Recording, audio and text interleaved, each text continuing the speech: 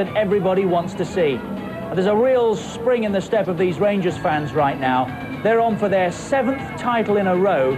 Can Celtic do anything to stop them? It's special. It's the 313th meeting between the two. Rangers against Celtic. The old firm go at it again. Well, this is the Championship trophy. Rangers have won their domestic title more than any other club in the world. The Scottish record back-to-back is 9 in a row by Celtic in the 60s and 70s. Rangers are heading for their 7th in a row. 10, just to rub it in, is the ultimate target. Well, this game marks the start of our Scottish football coverage, and what a start as well. If you haven't experienced the atmosphere of an old firm battle before, well, I can promise you, you're in for a real treat tonight. There's been some terrific games down the years. This one from the 60s, when Celtic were dominant, and Alex Ferguson was playing for Rangers. He's here tonight, incidentally. Was played in the old Ibrox, which was a huge bowl. Standing room only, always. Go further back to January the 2nd, 1939, and 118,567 squeezed in. That's a British record attendance. It still stands, and Rangers won the game 2-1. Well, this is the modern Ibrox after the redevelopment. They've been trendsetters, Rangers, in so many ways. This was the first stadium of its kind. So many have followed since. On the pitch, there have been so many changes as well. Foreigners have come and gone, and they continue to come. Basile Boli there, of France, amongst the latest. Well, our guests tonight, two men that know all about the old firm clash. Frank McAvenny, the former Celtic striker, and the former Englishman, Terry Butcher. Welcome to you both. Terry, we've been saying all week that this is the biggest, the daddy of them all. Can we really justify that, and how would you? I would definitely say it is, yes, having played in quite a few, and I managed to stay on the pitch for the 90 minutes in quite a few, although me and Frank had early exits one year. Not too many of them. Yeah, I would definitely say it is the biggest game I've ever played in, really, in club football. I mean, you've got cup finals and things like this, but the atmosphere, I think when you go onto the pitch, it's the responsibility of the fans. You feel that more on your shoulders more than anything else, because it means just so much to the fans. The one that you loosely referred to there is obviously famous in Scotland now in folklore history. It was Goldilocks and the Three Bears, that wasn't it? Yeah. Frank was Goldilocks, the Three Bears were you, Chris Woods and Graham Roberts. You all ended up in court after that. But was that game for you the first time you realised just how big this fixture was? Well, no, I think we played in 5 before that, and I'd missed one that season. That was the second meeting, because we played each other 4 times up here. So that game, there just seemed to be the atmosphere was just, just strange, wasn't it? To me, it was my first game. It was my first Old Firm game. And all lasted 14 minutes, so it was a little bit different for me. You've got better recollections than that one. Yeah. What did this game, playing in this game, mean to you? It's, as you said earlier, it doesn't matter where the teams are in the league. And the form goes out the window for these games. They just bring people in and they go by, and everyone just, it's sort of a little battle. I couldn't even begin to describe how you feel out there. You've both played in so many places, both for your country, but there's something special about this, is there, in that dressing room 5 minutes before kick-off? Yeah, I think you don't need much. Before now, obviously the stadiums have changed. I mean, before you used to warm up in the tunnel underneath the main stand, which is now offices and players' lounge and things like this, and there was a track divided by the actual concrete tunnel as it was then. So you could see the rivals. You weren't allowed to go on the pitch and warm up before the game, and we used to warm up as you walked out towards the right-hand side. So I think you had the left-hand side of the tunnel on this cinder track sort of thing. And you're warming up, no balls, just warming up, and you could see the Bears at either end, the Celtic supporters at their end, and the Rangers supporters there, and they're behind the cages, and they're screaming, you've got to do it today, you've got to do it. That means so much to the fans, because they live for these games, 4 games a season, and plus cup finals if you're lucky to get through. They have their own game, they have their own competition. The fans, I mean, it's... Well, let's have a look what the competition means tonight for the two teams. This is the Bells Scottish Premier Division, 1 down.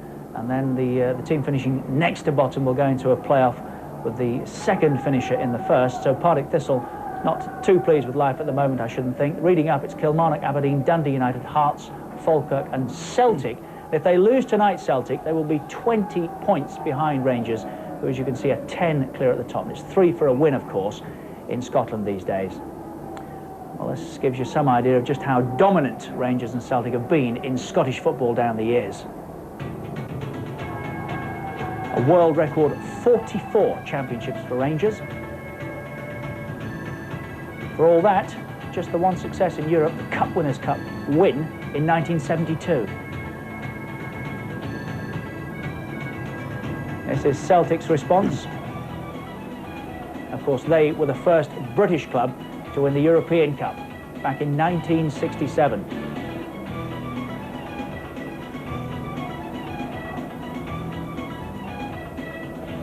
And then look at this little lot. 312 previous meetings, and that doesn't include Glasgow Cup ties, and they were big fixtures in their day in these parts. League meetings, 234.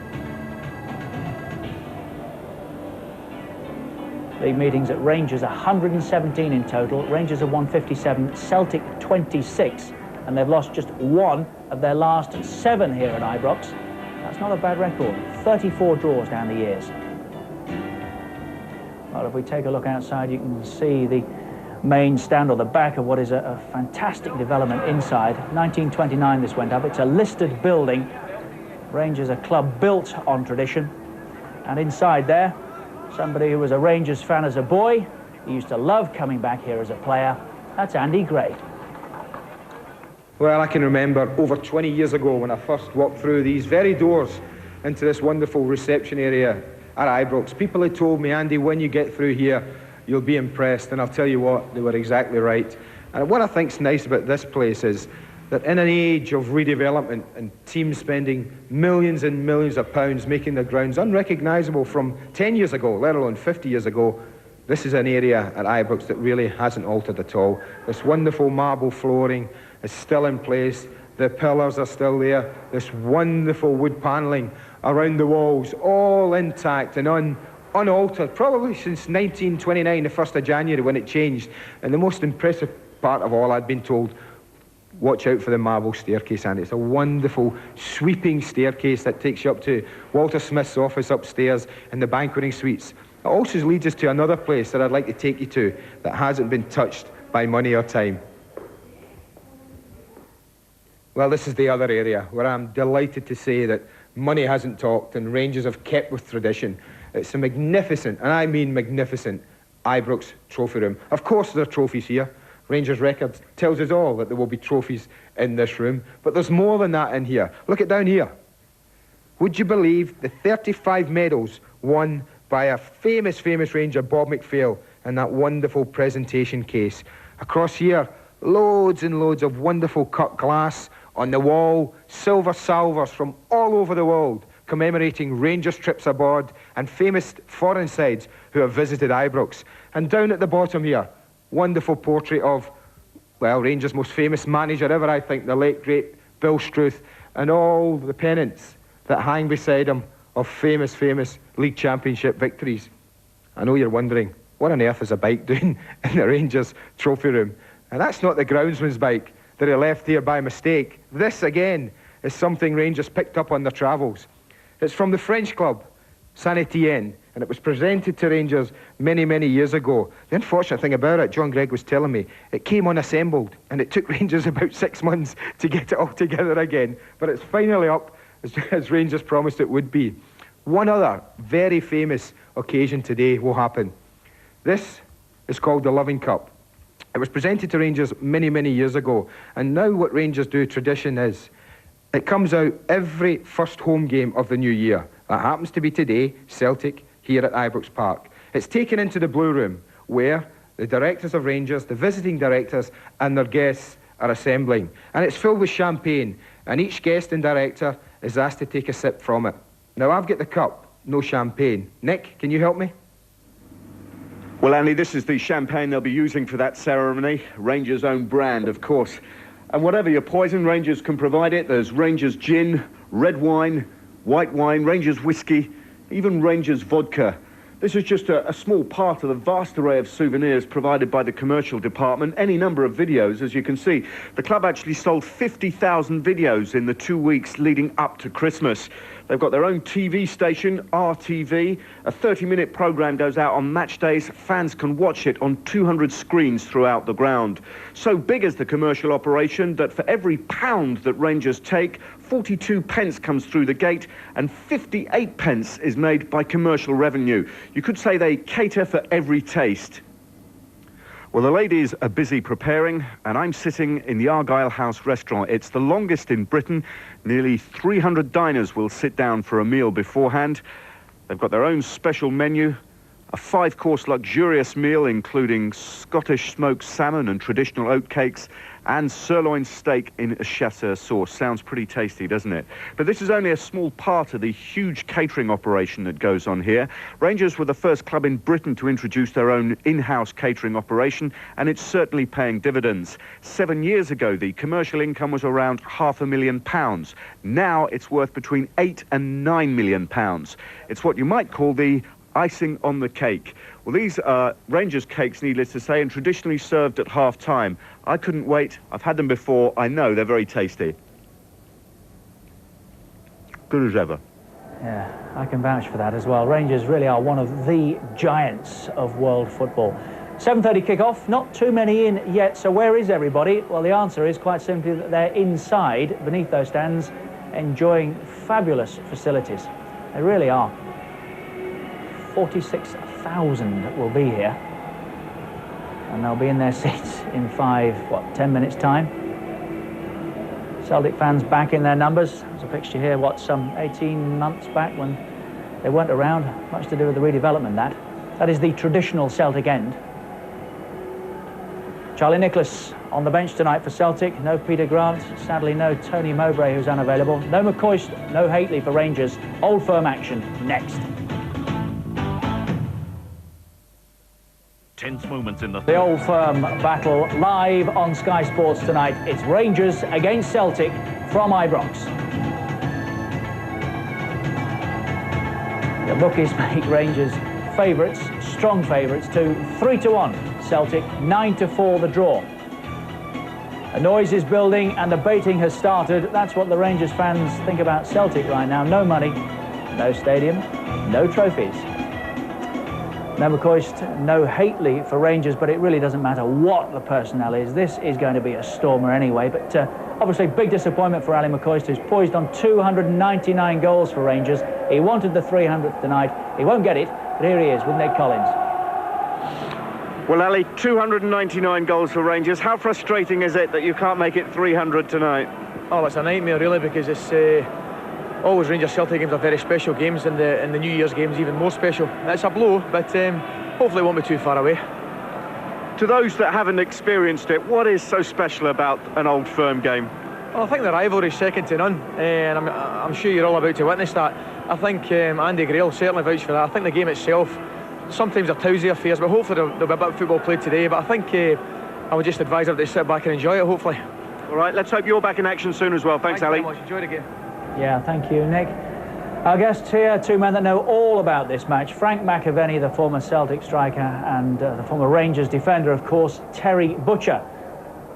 Now, we were talking about the changing face of Rangers a little earlier, Terry, the foreigners that continue to come here. What about this fella, Brian Laudrup, who's won his second Player of the Month award this season, this current month?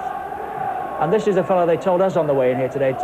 Take a look at him. You'll love Laudrup. What's he brought to Ibrox? Well, he's brought goals, he's brought chances for fellow strikers. He's just added that breath of fresh air that people like to see. People attacking fullbacks, people attacking defenders with the ball. He seems to run quicker with the ball than without it. And as we see here, I think he just frightens defenders, really, the way he just runs at them with pace. When we came up here pre-season to watch the 4-team tournament, he was really playing wide left. What's his role now? Well, he's got a bit of a free role, really. I mean, Walter just allowed him to drift across the front line. Sometimes he starts in the right wing, sometimes in the left wing. But I mean, as soon as he picks the ball up, he just has a go at people, and he just got that, dip of the shoulder, and just takes people on and just gets into the byline. But when he gets into the byline, he delivers perfect balls into the box. I think it was Neil Murray on that occasion could and should have scored on the far post.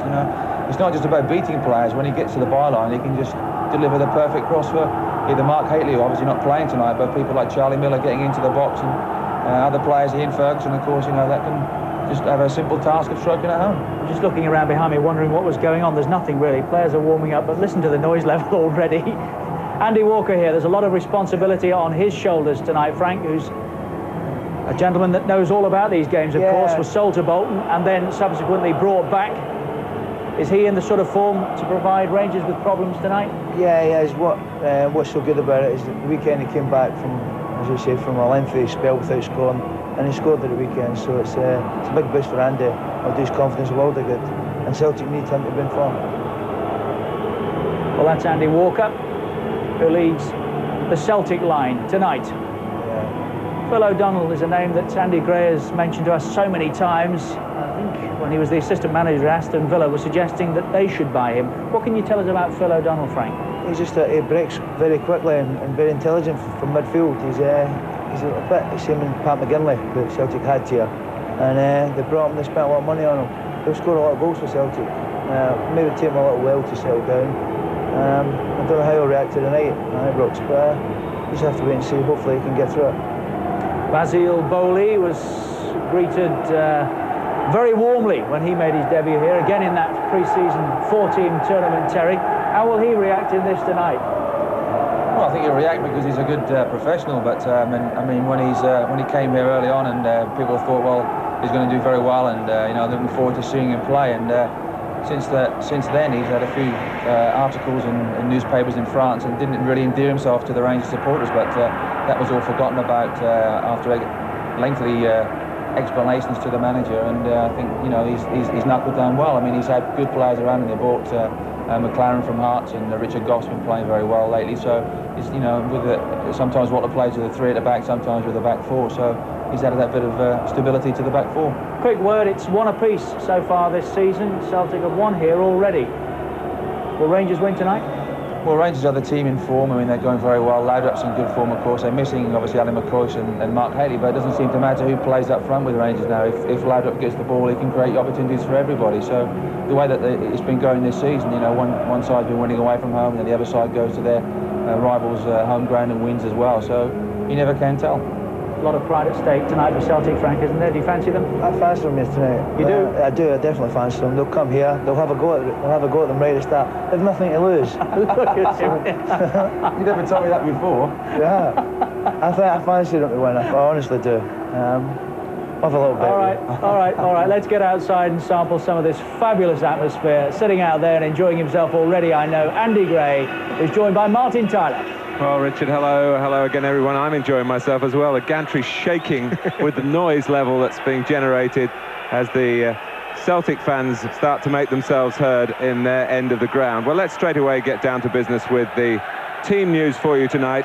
And for all the significance of this match, Walter Smith not prepared to risk Mark Hateley's fitness. Ally McCoist is on the mend, but also not fully fit. But Rangers can field admirable attackers in Brian Laudrup, whose skill has been greatly acclaimed here in Glasgow, and the former Chelsea and Tottenham forward Gordon Jury, joined by 18-year-old Charlie Miller, who's been catching the eye this season. Ian Ferguson, who's had a lot of injury problems, is in midfield tonight. At the back, Alan McLaren and Basile Boli in their first season at Ibrox. In goal, it's Colin Scott, on paper third choice, but on the pitch again tonight in the continuing absence of Andy Gorham and Ali Maxwell. Well, like Tommy Burns, Walter Smith's had to think long and hard about his formation, not just his selection. But it does look a very solid back 4. Lots of experience in that line, but it's ahead of that where he's thinking a little bit. Peter Houstra is going to be playing in that third central midfield area, but he'll work from in to out down that left-hand side and tuck back when they've got the ball. Gordon Jury, employed on the other side, will play a little bit further forward. He'll look to get forward on that side and get forward and join the attack. But when Rangers lose the ball, look for Jury dropping back in to form a 4 across the midfield with the other 3. Charlie Miller tonight has been asked to play up front, and his job is to get in between Celtic centre-backs. Michael Laudrup, the prize at the moment for Rangers, playing magnificently well. He'll just drift off the pace, he'll just drop off left, he'll just drop off in there, and all they'll do is try and get the ball to him. And when they do, well, he'll just go and he'll take people on. Well, Celtic won their first game in 12 on Saturday, but still make 4 changes. Peter Grant, sadly for them, is ill, but compensation in the return of the record signing Phil O'Donnell to take his place alongside Paul McStay and John Collins in the centre of midfield. Irishman Paul Byrne, who scored in the last Old Firm fixture in October, he gets a recall tonight. He'll play wide on the right. But it's the defensive unit that's given Tommy Burns most cause for thought. Tommy Boyd is switched to the centre of the back line alongside Brian O'Neill. Mike Galloway comes in at right back. And 20-year-old Stuart Gray is at left back. His father, Eddie Gray of Leeds and Scotland fame, watching him here tonight. Yeah, and that's the area that Tommy Burns hopes function well. It really is. It's a patched-up back four, and he'll really want them to play well and not really allow much space down these sort of areas. Certainly not allow much space in there for people to run into. So it's important for Celtic that they do defend well, but they have done that well this season, and I think because of what's ahead of it. In McStay and Collins, they've got two real match winners in the side. Phil O'Donnell back in the side, and watch for him. He will be the one who will drive forward, and it'll be Stuart McCall's job to look after him. Paul Byrne up employed on the right will tuck back in when Celtic lose the ball. Will look to go forward or not, and the same with McLaughlin. He'll tuck back in there and form a five, which makes Celtic a very, very difficult side to play against. Andy Walker up front on his own, but he won't be alone. When they get the ball, as I said, look for O'Donnell getting forward, look for McLaughlin getting forward, look for Byrne getting forward. It should be a fascinating game. Well, long-suffering Celtic fans, the club has been at a pretty low ebb. Boardroom problems have interfered with the backing of the football side of the club in recent times. To some extent, that seems to have been sorted out these days, and Tommy Burns determined to lead the team upwards and onwards. But as for Rangers, David Murray, the chairman, has made it clear that the club is even more ambitious than ever. They've spent some £34 million on improving the ground, but there's still plenty available for Walter Smith to strengthen the team, particularly after around £4.5 million has come in from Everton for Duncan Ferguson. And Andy, I think it's fair to say that Rangers have done so much that's right to develop the club on contemporary lines. I think so. They've set the standards that at the moment only other clubs in Scotland can look and envy, but no one can match the Rangers at the moment, Martin, for this, what we're seeing tonight. But I think they can in their own way contribute. They've started something, and I think it's up to the other clubs now to pick it up and follow it, particularly Celtic. Great rivalry in this city, as everyone knows, between Rangers and Celtic, and it's important. I feel it's important for football. I really do, in this country, that Celtic aren't left behind. That banner about Paul McStay, he's been captain since 1990. The last trophy Celtic won in 1989, the Scottish Cup, and that might not have happened if Graham Souness had picked you. Wishful thinking on my part. But it's nice to be here. We talked about atmosphere, Martin, and I mean, just for you and I to be sitting on this gantry, you really can feel there's something special about it. And it's a different feel to Scottish football this season. With the 3 points for a win, Celtic have drawn an awful lot of games that are finding out, as clubs in England could tell them, that a draw in the 3 points for a win system is not such a good result. But nowhere does football's derby divide run deeper than here in Glasgow. Big day for that young man, the goalkeeper, Martin Collins, Scott. He'll be nervous. He'll be nervous early on. And I'm sure that Celtic will try and put the young man under a bit of pressure early in the game.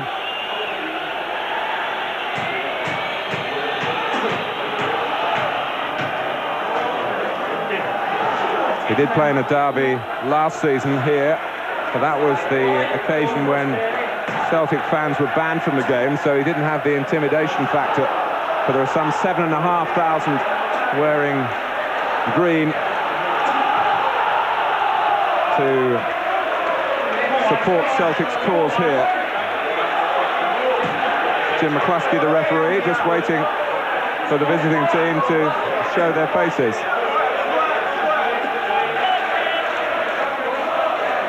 And he's gone in to try and find them, it seems. So Rangers are kept waiting. It's not a bad area to be kept waiting in these days, Mark. Not like a cold, dark tunnel as normal. It's quite luxurious, quite plush, as you can see. Looking, above all, to win the championship for a 7th successive season. That shouldn't be forgotten tonight amidst the quest for satisfaction in local pride. But they're sitting very pretty, 10 points clear at the top. Celtic in 4th place. And I understand that even should they win tonight, Celtic, they don't get a bonus because their win bonuses only apply if they're in the top 3. Well, that's incentive for you, Martin. The black armbands, incidentally, out of respect for the wife of Tony Mowbray, Celtic player who died tragically at the weekend. Well, it's a fixture here that produces a terrific sense of theatre, passion that provokes fierce and frantic football matches. Sparks are sure to fly.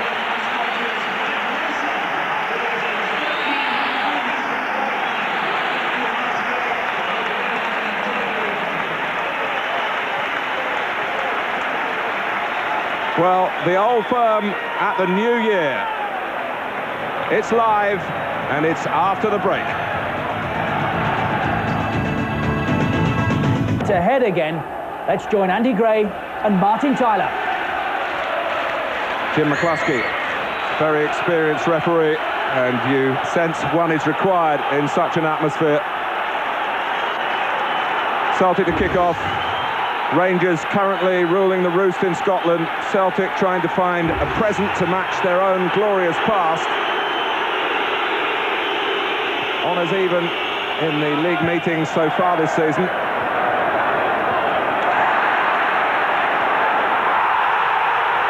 Gordon Jury sent flying by Brian O'Neill. Well, no surprise to see a tackle early in the match. Brian O'Neill, I think, probably right. He made a little bit more of it. Gordon Jury.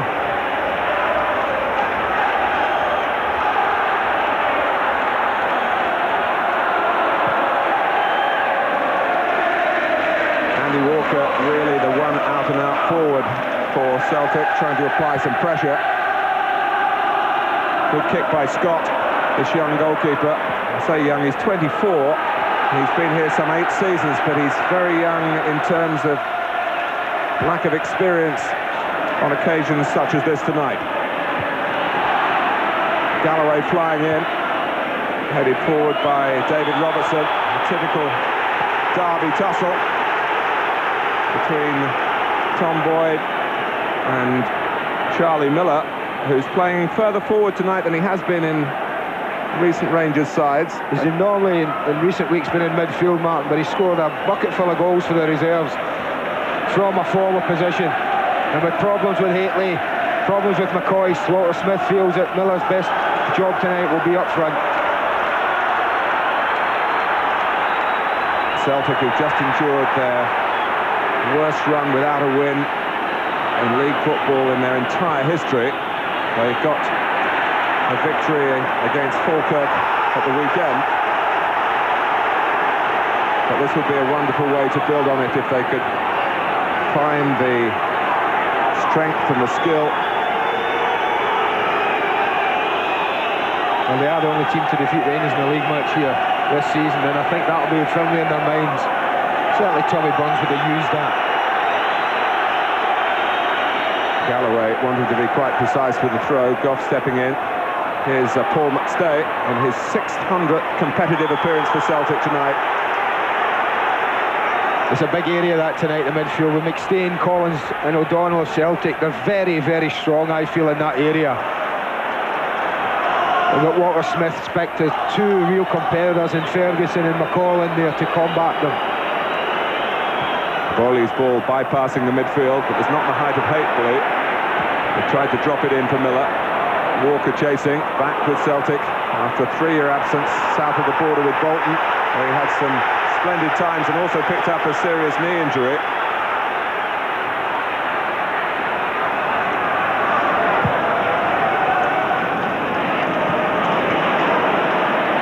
The weather here, incidentally, comparatively mild compared to recent days. Been quite a lot of rain. Pitch in very good condition, even though Rangers have had to train on it over the past couple of weeks. because of the absence of other facilities which have been frozen up. McCall. Forward from Goff. Away sensibly enough by O'Neill. Very important, you feel, for Celtic not to concede anything early on. Ferguson. This is Laudrup. Still Laudrup. Well, it's drifted behind. Having done what seemed like the hardest part of the job, he couldn't provide the cross to create the chance. Well, this is what I mean. He just drifted wide to the left, and to be fair, Ian Ferguson picks him out beautifully. One against one, what he thrives on. Skips past Galloway, and just when you think he's picking someone out, well, there's a novelty for you right away. A Laudrup cross, it goes aimlessly wide. You don't see that happen often. He's got good quality. A suggestion that the tension can get to even the most talented. Well, it was a warning to Celtic as well, Martin.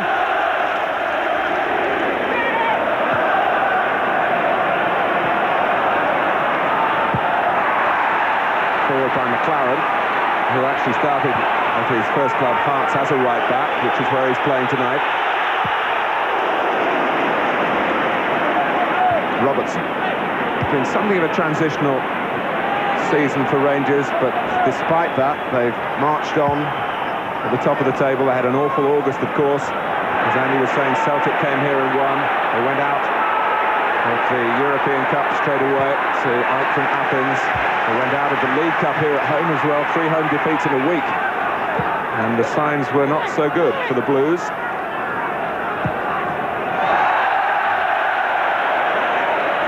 Everything here, including the artificial track around the outside, is blue. You wonder one day whether they'll get the grass blue as well. You bet your life they've tried it.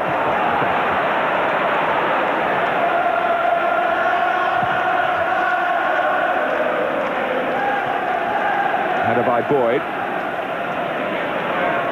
O'Neill tucking in behind him. Firing it up to Walker, but Goff was on him in a flash. As Boyd is now into the back of Miller. Well, in the Premiership in England, Mark, that's an automatic yellow card. Just takes young Charlie Miller, Tom Boyd. But perhaps referees a little bit more lenient north of the border.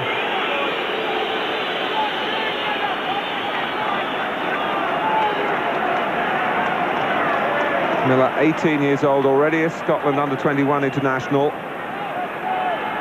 Bags of promise. Stuart McCall takes the free kick. But again, they've got to be more precise without Mark Hateley in that type of service up into Celtic's penalty area. Yeah, the major threat from set pieces there, Richard Goff. Brian O'Neill really was so close to him, not giving him an inch of space.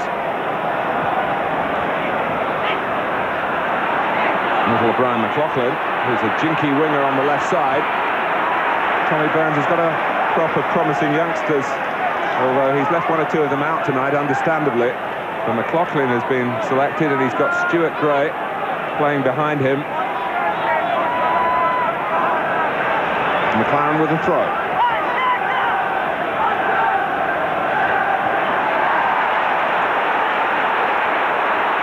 Jury, enigmatic. Can be a match winner, there's no doubt about that when he's really on his go. Off alongside Walker once more. Here's the Dutchman Houstra, who's shortly to go off and earn a fortune, if not perhaps fame, in the Japanese league. Miller's just pulled away to the right to get away from O'Neill. Plenty of players back for Celtic to cope with the slight glimmer of danger. Well, that was better from Celtic. The defending was better, Mark, but when the ball was played to Andy Walker, they had 2 players at last caught him up. He's got a tough job on Andy Walker tonight. Because if Celtic do have to defend at times, and when the ball's played up to him, he's really got to keep a hold of it. Here he does now, and make sure that Celtic keep possession.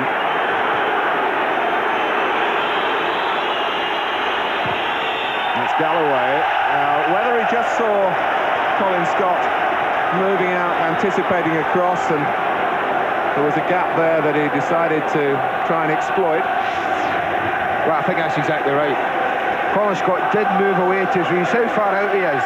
Obviously expecting the cross to come. Sometimes that ain't a bad idea. To get that in target, you might put your side one up. It's a versatile character, Galloway. He's at right back tonight. And Boyd in the centre. Boyd has been recently the right back. This is this bubbly character, Paul Byrne, who's certainly not short on confidence.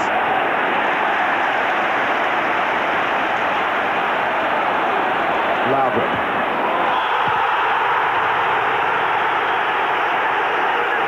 Well, the culprit was Collins, and Jim McCluskey wants a word with him. Well, again, I think we'd find south of the border. That would be a yellow card, Martin. Sometimes what you get with referees, and it's admirable that Jim McCluskey hasn't shown us a yellow card. First bad tackle, out comes a card, just to let the players know he means business. Not with the referee tonight. He just thinks a stern word's enough. And I'm not going to argue with him. He's officiated 7 times in Old Firm derbies, so I think he knows his way around.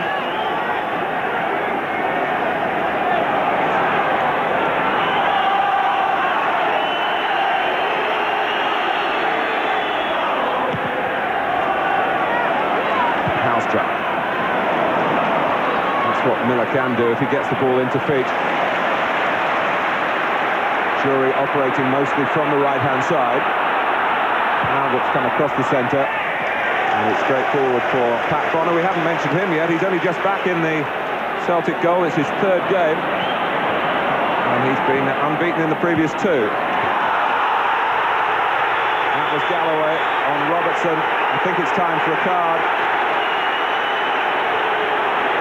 from Jim McCluskey, a booking for Galloway. Well, he pops off the ball and goes to look for the 1-2, and he just body checks him, Mike Galloway. I don't think you can have any arguments with that. I think what he's saying to the referee is, that's my first free kick that I've given away, and you let my other 2 teammates off.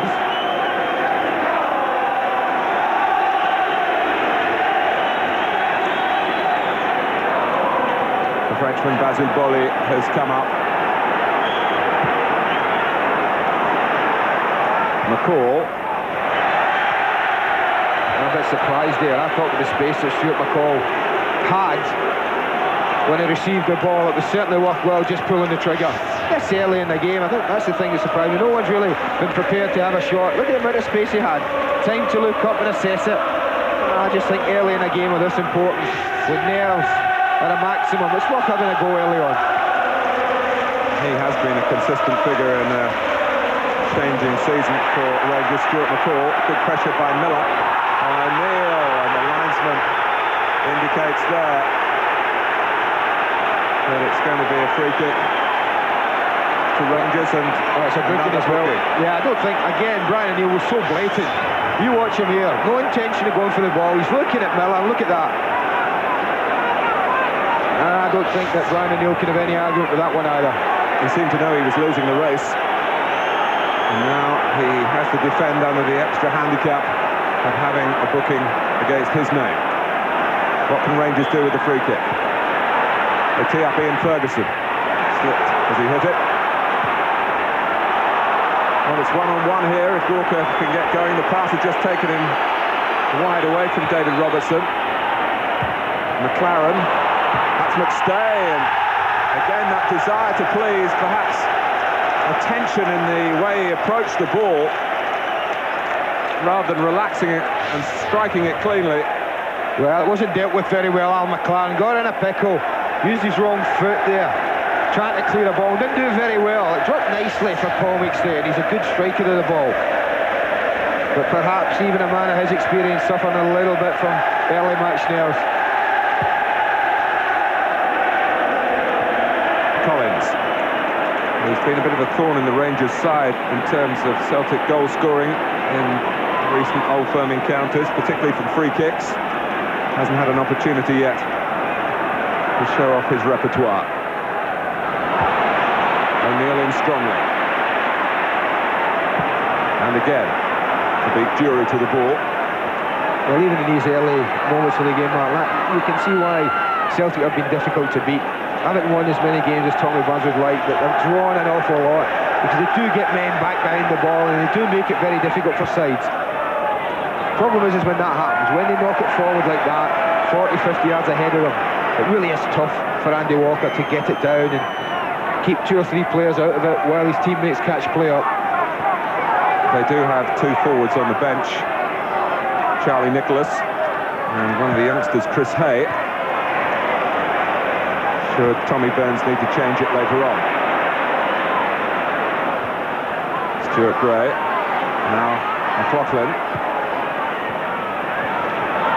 Collins is in there, McLaughlin fighting for it. Rangers standing firm on the edge of their own area. Space for Jury to move into. Laudrup's cross. And the earliness of it troubling Galloway. Well, had he missed Galloway out, then Charlie Miller was totally free behind him. Both Goff and Bowley coming up. Laudrup with the corner. Retrieving done with typical earnest endeavour by McCall. Miller.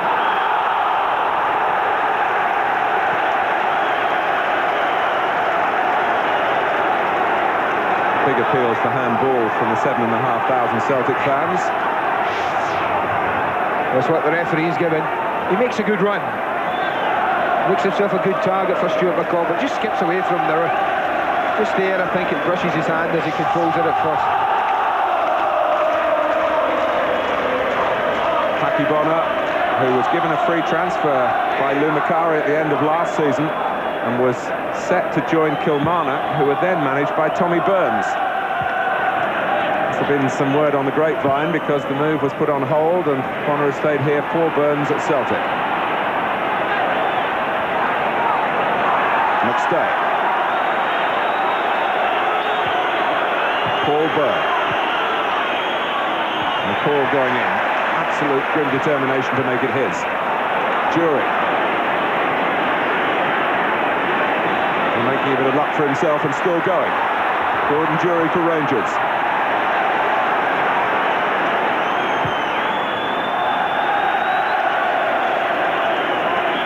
Well, everything being done at 100 miles an hour. The fans dictate the tempo, really. Well, in the game, the players are just trying to make it difficult for their opponents to play.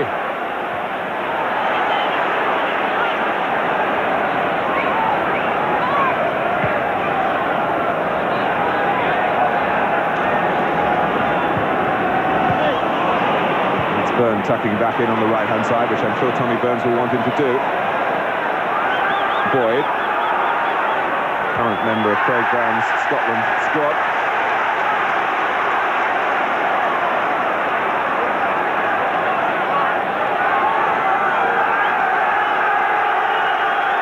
Celtic in no hurry to take the throw. Rangers trying to squeeze them into the corner here. Goff wins it. Out by O'Neill, but no one to aim for. And John Collins looked round there. A little gesture of annoyance with his centre-back not playing through midfield. Well, I think early in the game that Tommy Burns won't be too bothered about that, Mark. I think it's vital in games of this importance that you don't give anything away. I understand what John Collins is saying. We keep emphasising with only Andy Walker up front. If they can play it through midfield with Collins, with McStay, more patient build-up, and that would be more beneficial to Celtic. Celtic, remember, have only lost 3 league games, the same as Rangers, but as we've been emphasising, they've drawn too many, really to fuel any title hopes of their own. Although things, as Scottish football fans will learn, can change very quickly with 3 points for a win. Handball by Collins.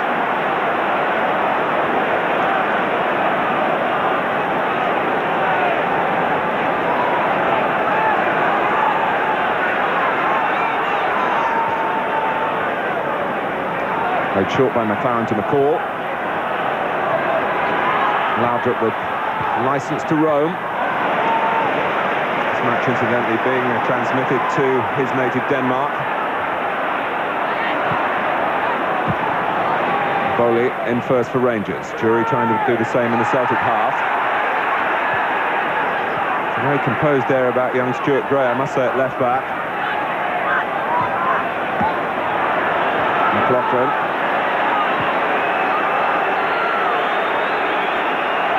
O'Neill, who is a midfield player by trade, and it showed rather then. McStay. Worth a crack. Hits Richard Goff. Ferguson sending it funnel back into David Robertson. Something for Walker to try and chase here against McLaren. Down goes Andy Walker, on goes the game, says Jim McCluskey.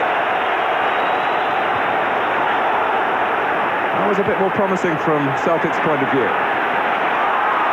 McCall. Trying to thread it through to Miller. But the run was well read by Boyd. Yeah, but the Celtic build-up was a good one, Martin. Ball stayed on the ground, they popped a few passes together, and finally Paul McStay got space to go and drive at the back four of Rangers. And that was promising, that was a confidence-building move, it really was. That's the type of football that you feel they've got to play. Well, it would be easy to say on league standing and current success that Rangers are favourites, but when are there ever favourites in Old Firm games? Results are totally unpredictable.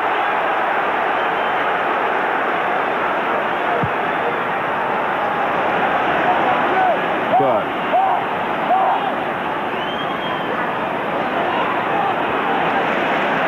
Stopped by Houstra. Byrne annoyed with some of his teammates for not making movements to help him out. Jury. Plenty of bodies for Celtic in the centre of midfield. And they get a free kick as well. They're working really hard, Celtic, when they lose the ball, Martin. Every time they lose the ball and a Rangers player gets it, then they're one, sometimes two green and white shirts around.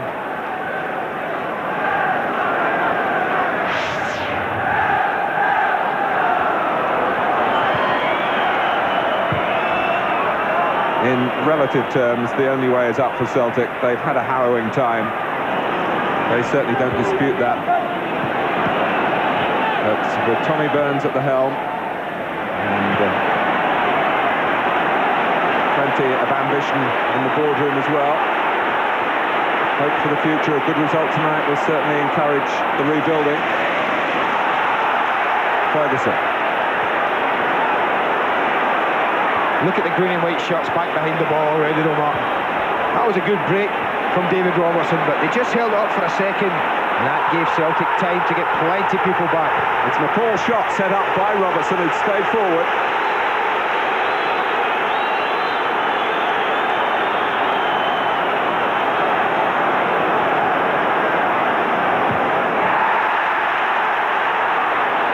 Here's Jury. Mistake by Gray. Well defended. Well defended. You say he's more used to being a midfield player, but he showed good defensive ability there. Wasn't tempted to dive in, but at moments earlier, Mark, there was a huge cry from behind the goal. Celtic fans, whether they spotted something, I don't know. As McCall runs there, there's a little tango. Yeah, I think that was it there. I think Stuart McCall's a lucky man that the referee didn't spot that.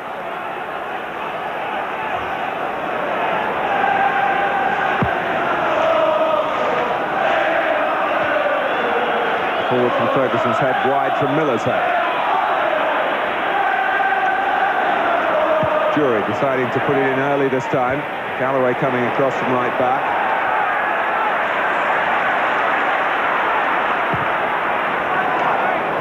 Measured ball forward by Stuart Gray. Very much one from the family tradition. Not only his father, of course, a Scotland international, but his uncle Frank as well. You just get the impression that both sides are lacking in the firing line department. Both playing with lone strikers, I would say. Brian Laudrup is given room to license to float all over the place. Doesn't really play up front as you'd expect. And with Andy Walker, the lone Celtic striker, I think it's hardly surprising that in the opening 23 minutes of this game It's been very tight, and the possession just about even. Well, it's 1 up, 2 wide, and the 2 wide men are going back in the midfield to give both sides 5 in midfield when they want it. And then it becomes very difficult then, Martin, if the ball's played quickly forward for the wide midfield players to get in contact.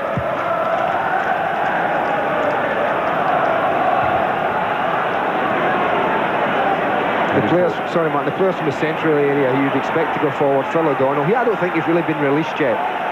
Perhaps that's something to do with the opening 20 minutes, seeing it out. And Peter Houstra, who you probably expected the 3 Rangers players to be the one to get forward most.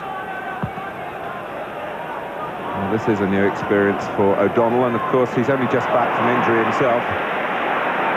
Celtic feel that perhaps he played football last season with Motherwell when he wasn't fully fit. They needed him, and he was prepared to go and battle for them. He's battling here, but it's gone behind. Well, that was better. I mean, that's what I mean. That's the type of run that he can get forward. Yeah, that Phil O'Donnell does make. That is his trademark for me, that forward run. And his presence tonight might just have surprised Rangers. Celtic keeping it under wraps that the comeback was on, but they've needed him. Peter Grant, Celtic to the core, of course. And he must be feeling very desolate not to be well enough to take part tonight. He'll be pleased with the way his teammates have begun this New Year encounter, regarded in Scotland as perhaps the most traditional of the meetings between Rangers and Celtic. But another good example there, Ian Ferguson picking up the ball and 3 green and white shirts around the mark. Again, good pressure. Here's Gray. Only his 3rd start in the senior side for Celtic. The flag was up for offside, not required because Rangers got the ball. Jury, and there's a break here for Laudrup. He's in on goal for Rangers. Wow, what a chance. And he's so good on either side, Mark. You just fully expected the man to tuck it in. You see him break wide, and Gordon Jury gets lucky because his pass shouldn't really have got there now, I think. From then on, you really did fancy him. Goalkeeper does well, he stands big for a long time. We'll get a better view of it here. Look at Pat Bonner, stands big. Doesn't make it easy for Laudrup. But a real chance. Best chance in the match so far. Without a doubt. It all stemmed as well. Stuart Gray had bombed forward, Martin, and his pass got cut out, and there was a real big gap there behind him. Unfortunately for Celtic, Rangers got the ball into it very quickly. I don't know whether Jim McCluskey spotted the flag. If he did and let the game go on, it was a good advantage played as well.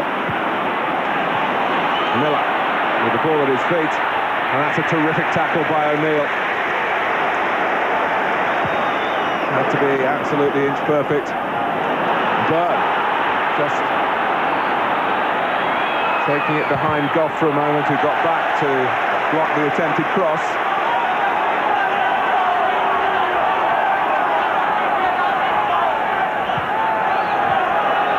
Collins. Galloway. He was clipped by Goff, and Galloway might say, well, hang on, I've been booked. There's the card coming out for Goff as well. I think what the referee is saying is you made a little bit more of that than was necessary, and I think he's probably right, very much like Gordon Jury did early. But I said earlier, John Collins has certainly caught out Rangers with some free kicks in the past. This just, and I say just, might be a little bit too far out, but he'll certainly fancy it, John Collins. Against the 3rd choice goalkeeper, Colin Scott. There's Collins has got extravagant bend on it, but too much elevation. I just felt it was perhaps maybe 4 or 5 yards too far out. So you see the goalkeeper can get a really good view of that.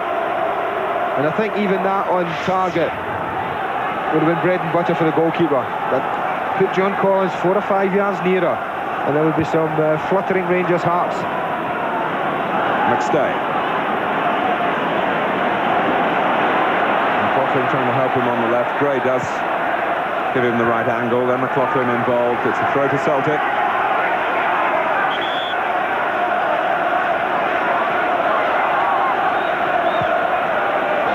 Gray.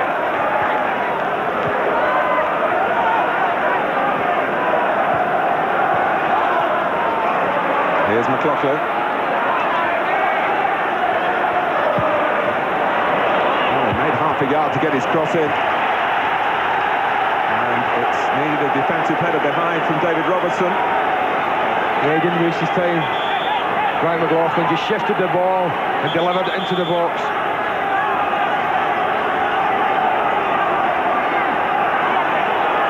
McLaughlin and Collins at the corner. Didn't quite go according to plan. I didn't see the sense in that myself. The Rangers had two players out, very close to the ball. A good opportunity to put a ball into the box and put some pressure on.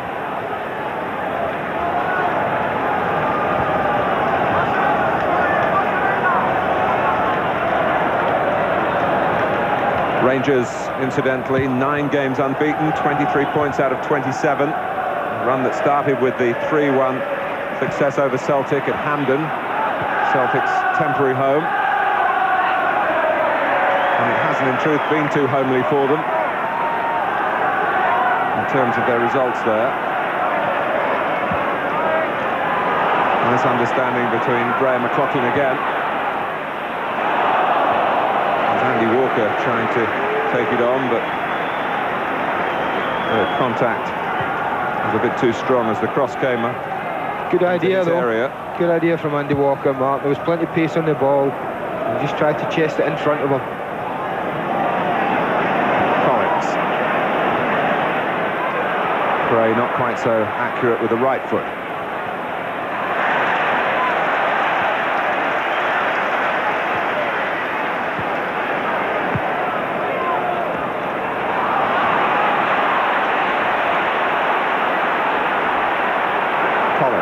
McLaughlin. Byrne herring into the middle to join Walker. Here he is. He's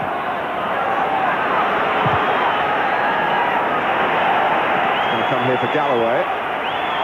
Still Galloway. They're trying to set it up in the centre. Gordon Drury trying to run it out. And Rangers get a throw.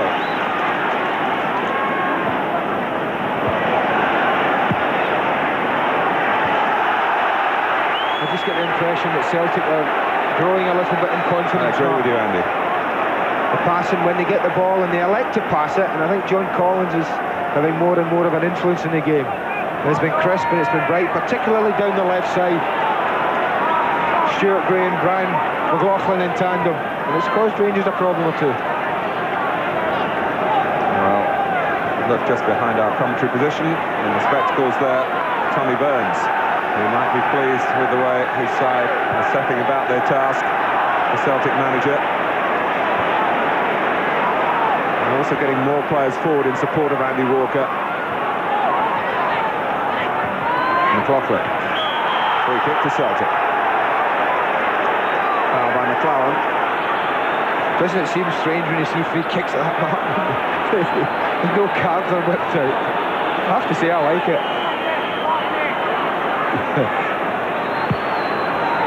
So Neil trying to guide it on. Well, he had half a yard on Richard Gough, but Gough really had to make a powerful challenge. He got himself in front, Brian O'Neill, just a fraction as he comes across, and really Richard Gough had to make sure he got plenty of power in there.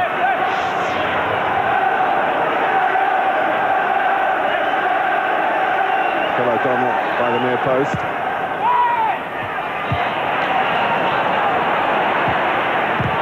Almost came for Walker from Colin's shot.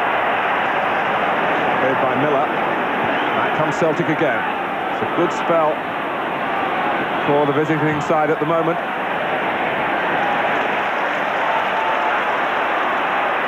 McCall, Laudrup, who's let one good chance get away from him and Rangers.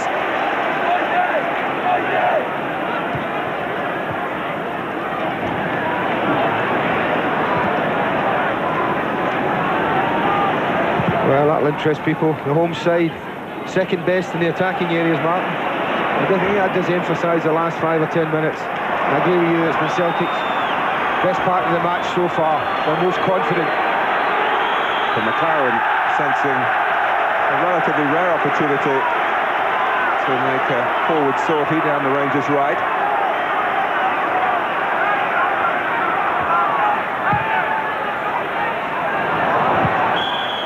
Well won by Bowley. Indeed, as he was being fouled by Walker. Rangers trying to take the free kick quickly, but from the wrong place. Jim McCluskey continues to give the right air of authority without having to produce a rash of yellow cards.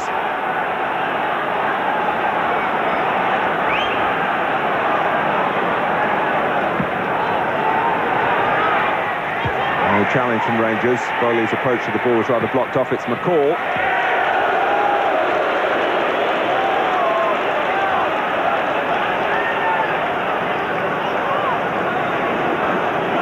34 now, Pat Bonner, been with Celtic since the late 70s.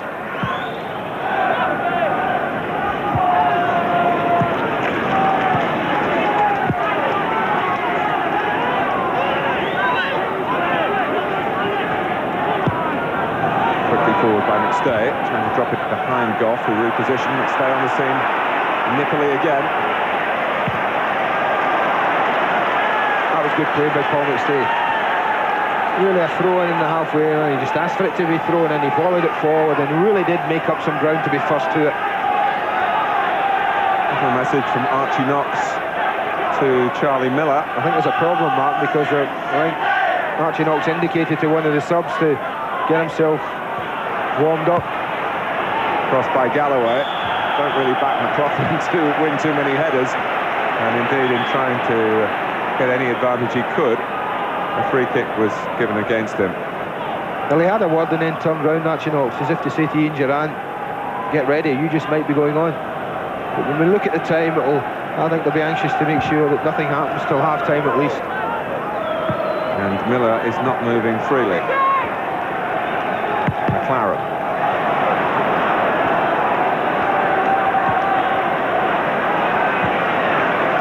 The way Rangers have set out their formation, if they want to play through the middle, and they've been trying to get the ball to Charlie Miller's feet, but that's been difficult enough when he's been in full working order, which he doesn't seem to be at the moment. It's too high for him.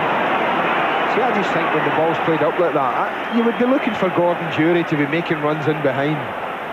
He's just standing, waiting to see, and I would just be asking for more.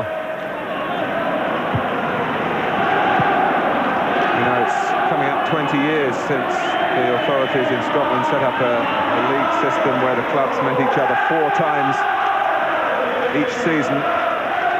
Many in the Scottish game feel that that's not been a particularly productive move, that familiarity has brought a sort of contempt. It's certainly made it difficult week in, week out against opponents that know the game plan so often. But you have to say there's been nothing lost in the appeal of the Old Firm fixture by having double rations. Boyd trying to prevent the corner. Well played by him. Well played by Galloway as well. No panic from either of them. It was good defending. Tom Boyd very precise, and Mike Galloway, no fluke, just nicking it off. Loudrup for the throw-in. Boyd in there quickly. Celtic doing what they have to do defensively, but they're not being given too many problems in truth. Activity on the Rangers bench.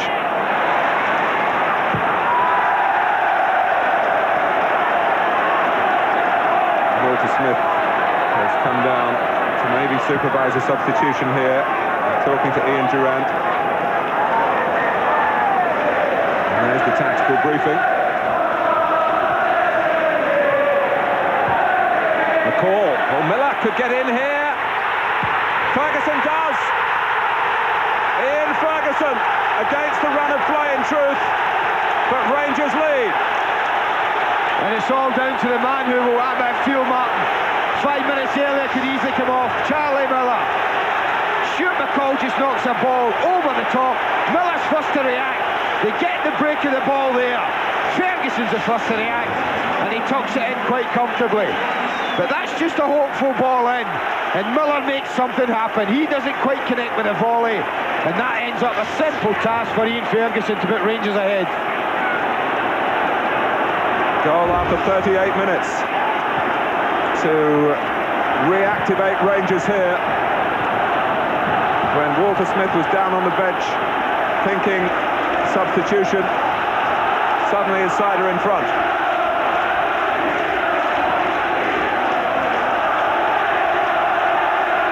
McStay.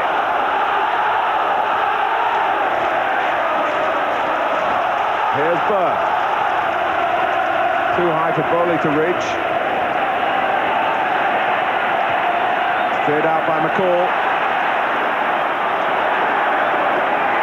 Loudrup turning McLaughlin once and twice. Well, the fans, you felt, were having furrowed brows, the vast majority here, with the shape of the first half. But suddenly Rangers have scored.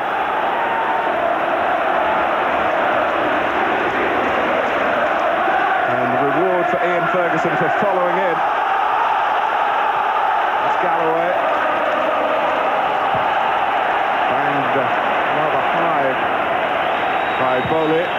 Wasn't a total clearance. Now the game has been stopped with 2 players down.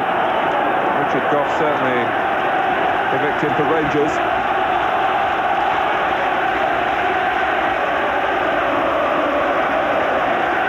But a moment in which to reflect on the goal, Andy.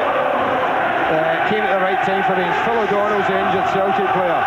He sees the ball's played in. Look at the committed faces there, going 3 of them. Richard Gough and Phil O'Donnell, look at that, right in Phil O'Donnell's left cheek. And he would have felt that, man, but he's up and he's on his feet. But this is the moment that's lifted the crowd here, the majority of them. Now watch Ferguson there, you see him, the number 8. Now he's level almost with Stuart McCall as he knocks it in, and Ferguson goes. Miller gets blocked, shots get blocked. Bonner can't keep his feet, and it's a simple task for Ian Ferguson to give his side the lead. Been out the side recently. It's a nice way to come back for him.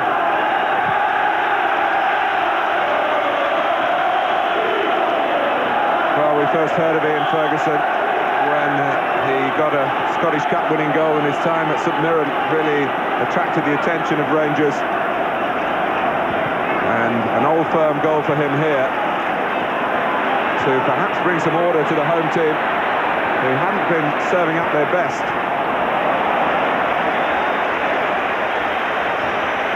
Finding the Celtic strategy, smothering the attacking ideas, and as we were stressing, Celtic growing in confidence prior to the goal through midfield.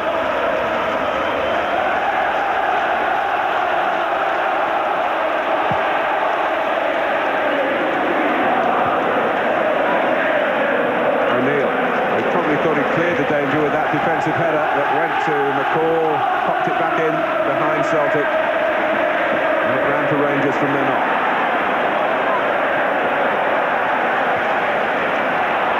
Halstra, Robertson. 3 minutes to go to half-time plus stoppage time.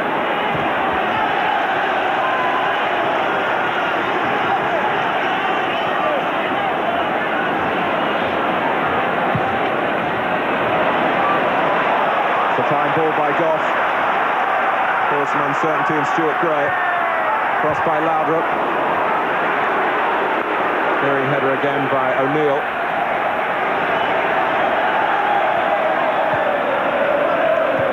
Walker trying to help it on. This is a big man, Basil Bowley, to come flying into you as he did to Walker then.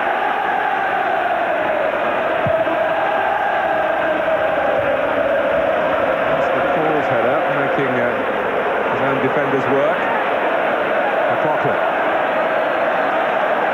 comes for Collins. This is Byrne. Galloway goes outside him. Scott coming off his line and getting there before Andy Walker. He only had the one option though, Byrne, and that was Walker, Mark. It was a lovely move, great ball from Collins, left to right. Good run from Galloway, it gives him time, but look at that, 3 blue shirts against Andy Walker. And that's what I mean about he needs more help in there. When balls are coming into the box, someone from the midfield area for Celtic has got to do what Ian Ferguson did for Rangers. Really, you'd expect O'Donnell to be the man. But after that facial clash with Goff, amazed he's still standing.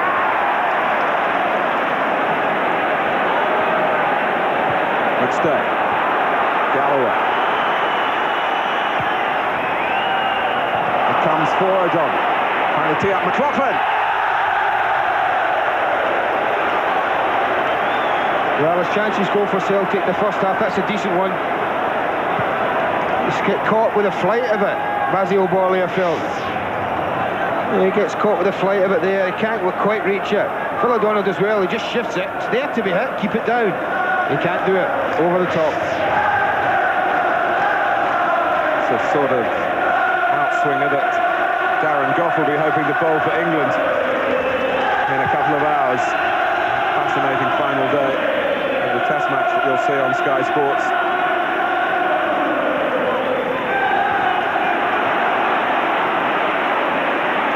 McStay. Here's Collins. All alive as Celtic have to be. Certainly got the craft and the class in midfield with Collins and McStay. Have they got the clout up front? Galloway. Byrne. Give and go here. That offers some promise for Celtic. Tim McCluskey looks away. Only one or two Celtic players appealing as Walker went down.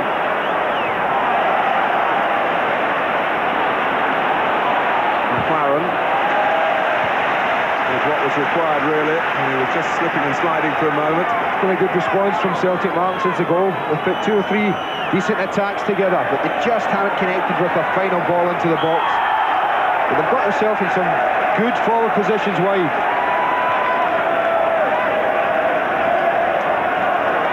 Well, Walker's working hard to be the first man, but if he takes defenders away, Celtic have got to have 1 or 2 other avenues if they're going to get back here, having conceded the first goal.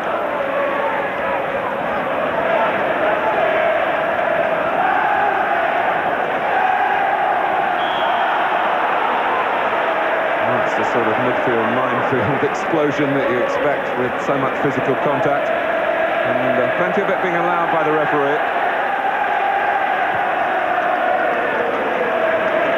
Galloway. This is Byrne. And Bolly took it away from the goalkeeper. Well, I'm sure he called. He certainly looked like he called, Colin Scott. And if you're going to get in the mix-up with your goalkeeper, at least put your head on it and clear it. And Basil Borley will say, well, I did that. But again, Celtic got themselves into a good advanced area wide, Martin, and delivered a ball into the box.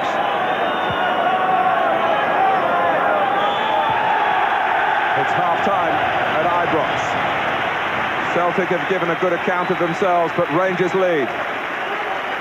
Ian Ferguson back in the side, following in to good effect. And Celtic have to solve the problem of supporting Andy Walker if they're going to get something here from the Old Firm game at New Year. At the moment, it's 1-0 to Rangers at half-time.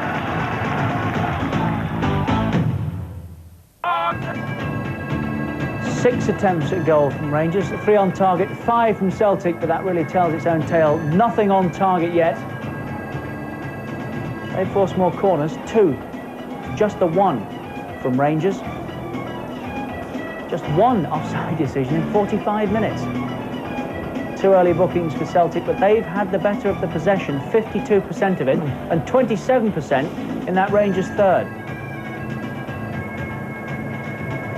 Well, these boys here are happy enough, aren't they?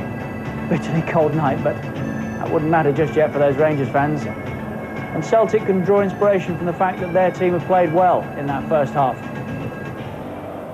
I think Frank McAvenny's happy enough with their performance so far, not the scoreline obviously, but the goal did put a smile on Terry Butcher's face. But are Rangers worth it, Terry?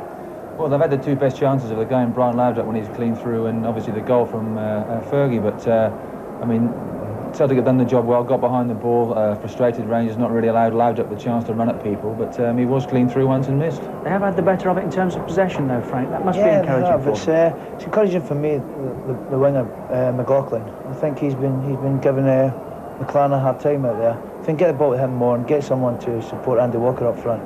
And I think they can turn around the second half. Turn something of that possession into attempts at goal. I think so. You know, they've got to do it. They've got to get support to Andy Walker. It's a hard time he's got against Richard Gough and Bolly up there.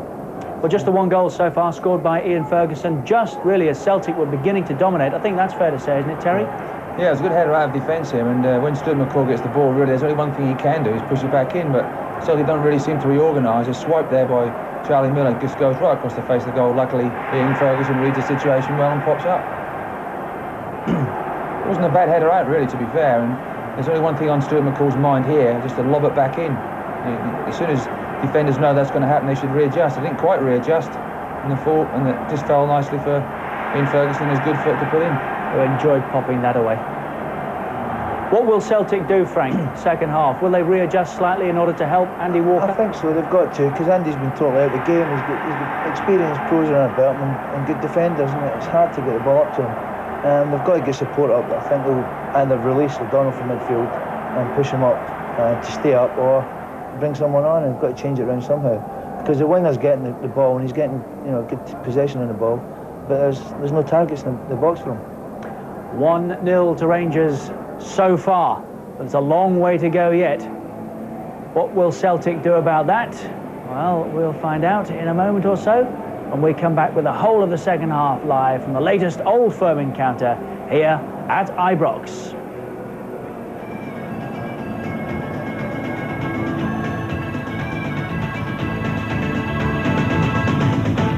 On the park, they lead in the Old Firm clash by 1-0. What is Celtic's response to that likely to be? Can Rangers hang on, Terry? They still favourite? No, I think they are still favourite very much. I think with Loud you never know. I mean, if Celtic come out and try and press and try and push people forward, it just leaves the spaces open for Brian Loud when he does get the ball to have the right go at one or two defenders. So at the end of the day, Rangers have in the past few weeks been soaking up a lot of pressure, sucking teams in and then hitting them on the break, and they can attack teams and press back teams, and also let teams come onto them and then counter attack as well. You suspect there's a few twists and turns in this match yet, Frank, yes? Yeah, I think so. They've got nothing to lose now. They're 1 down. As well losing 2 or 3 and going for it. OK, let's rejoin Andy Gray and Martin Tyler. Thanks, Richard. The first thing to tell you is that Ian Durrant is on for Charlie Miller. A back injury, the problem for the 18-year-old, who did play a part in the goal by which Rangers lead from Ian Ferguson. Ian Durrant, who's had a spell on loan recently, of course, at Everton. He won't actually go now, Mark. You see, he's tucked back in this right-sided midfield role, which I feel means that Gordon Jury's going to play up front as that furthermost striker. In fact, yes, he is. And that's the change that Wallace Smith's had to make.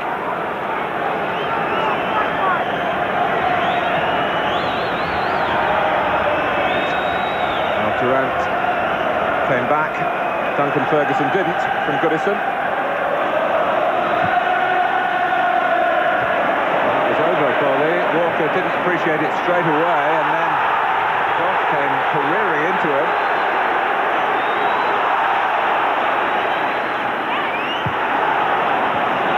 Back comes McLaughlin.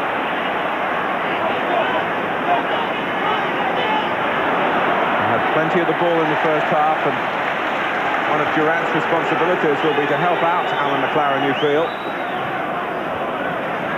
Gray. Now Collins. Here's McStay. Galloway.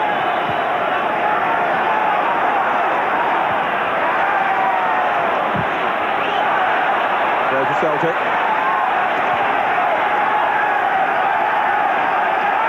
Galloway had a short spell in English football with Halifax and Mansfield. Nice huge clearance by Ferguson. Celtic still pressing on. And the incentive for Celtic, attacking the end behind which their supporters are gathered. It has been a ferocious start to the second half. It's been exactly the start Tommy Burns would have wanted from his side, Martin. Pressure immediately.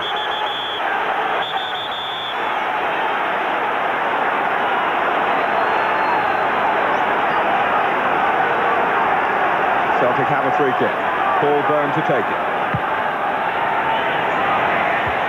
Just too high for O'Neill. Knocked out of harm's way by Jury.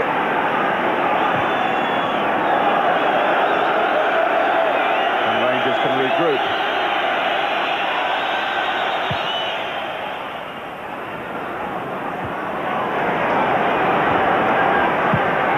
Houstra.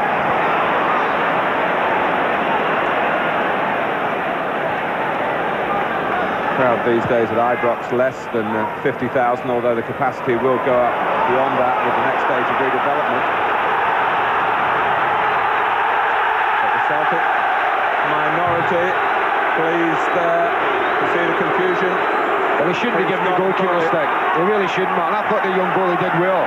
How often do you see it when a goalkeeper and a defender get too close together? He just allowed the centre-back to deal with it, and in all honesty, he didn't deal with it very well. Goalkeeper deals with that well, Colin Scott.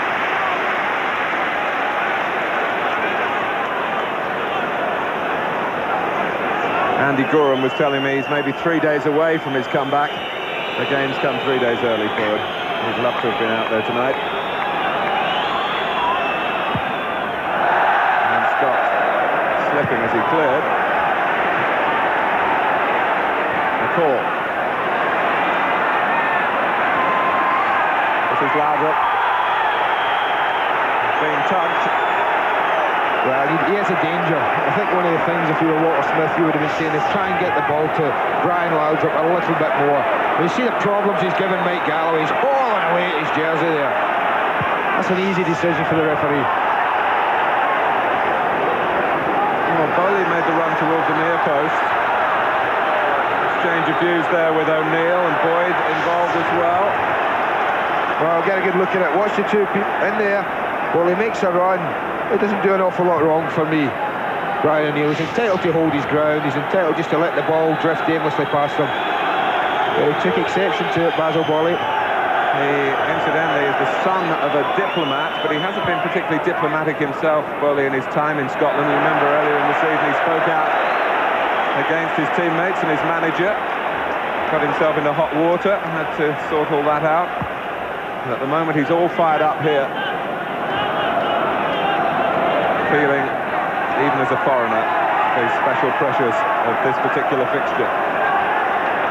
I'm not surprised to see Tommy Burns send his side out with the same formation, Martin, early in the second half. I think that makes sense. At 1-0, they're still very much in the game, and they didn't play badly, I felt, in the first half. And perhaps a little unfortunate to go in at the break 1-0 down. So I'm not surprised to see the same formation set out, but I just wonder how long it will be if the scoreline stays the same before he looks to change it, and with Charlie Nicholas being the obvious one to bring on. Laudrup, another throw. It's a throw. Well, he's got great feet, Brian Laudrup, he really has. He just drifts out of play with this one. But the way he just dinked past people there, oops, there's one, and just goes out. But watch it again as he just, someone comes in and he's passed again. Great skill. And we shouldn't be surprised, he's an established international figure, and all credit to Walter Smith for being able to attract him to play for Rangers Football Club.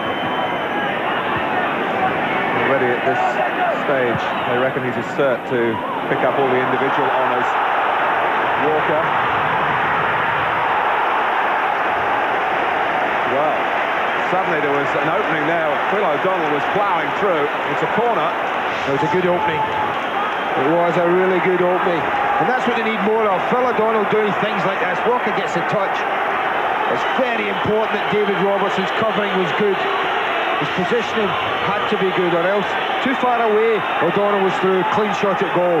But David Robertson was across very, very quickly to get in a very important tackle in. But you see O'Donnell for about the first time in the match breaking into the 18-yard box. A real threat. And what a good, timely interception that was.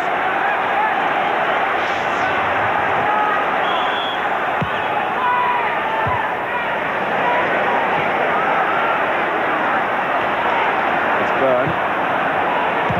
Oh, well reached by Bowley. Collins. For McLaughlin. Plenty of Celtic players in the Rangers penalty area. McStay. Galloway. Rangers pen back. And McLaren's header veers behind for a corner. Good pressure. This is really good pressure.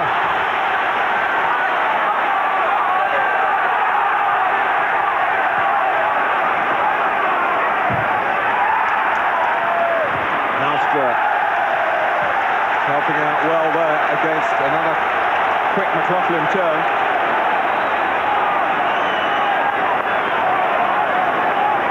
He's looked great, Brian McLaughlin, tonight, Mark, when he's had the ball. Like Frank McAvenny says, I agree with him in half-time. If they could get the ball more to this left side with Stuart Gray and him in tandem. And John Collins, who favours his left side as well. That was their best option in the first half.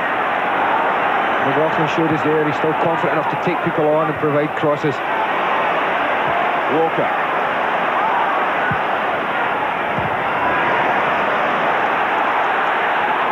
Great.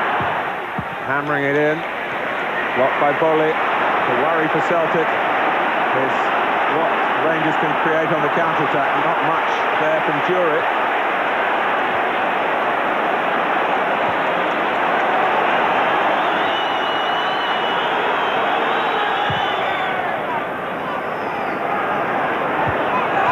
Header down. Little touch from Houstra. Flag up against Brian Lardrup.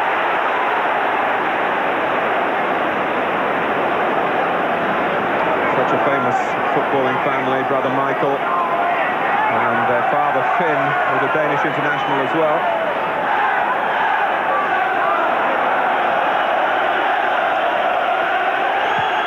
And it's not been a game littered with offside decisions. Which is nice to see. I think both defences are backed off, man. That's the thing. Always been prepared to hold a line. But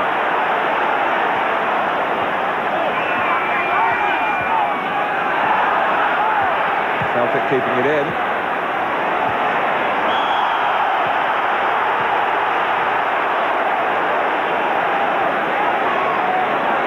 Jim McCluskey allowing it to be a man's game.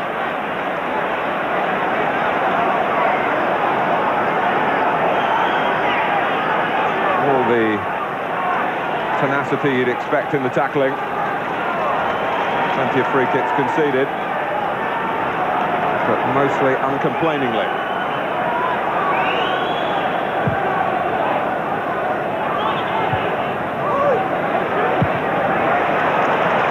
Fine wide by McCall. Another attempt to involve Lardrup in proceedings. You can't blame Rangers for doing that whenever possible. I think they're anxious though about this left side, Rangers, because Archie Knox called across the pitch and brought Brian Lardrup all the way from left to right. We said to him, you know, it looked like we were saying to him, stay here for 5 or 10 minutes. Rangers looking for a win here, which would extend their advantage over Motherwell to 13 points. And in terms of Glasgow partisan feeling, would put them 20 points ahead of Celtic. McStay.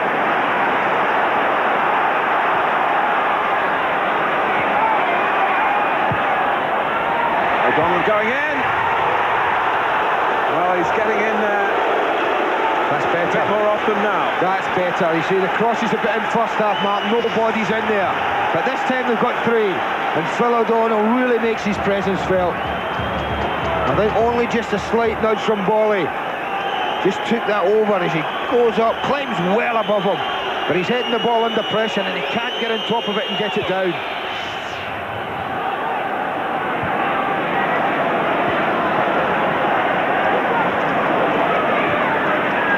Lardrup.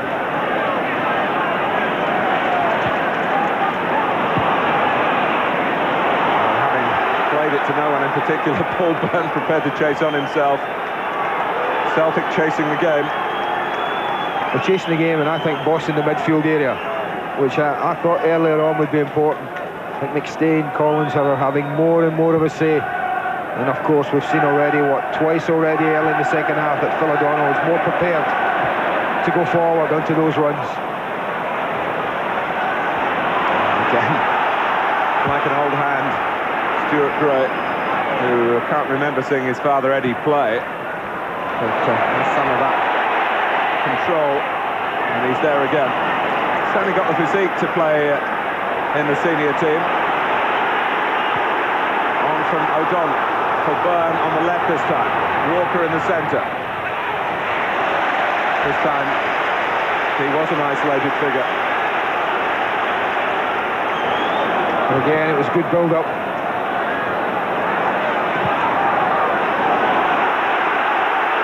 There's no doubt they're the better side in the second half.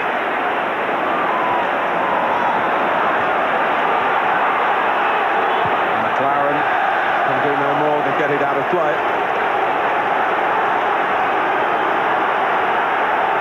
A bit of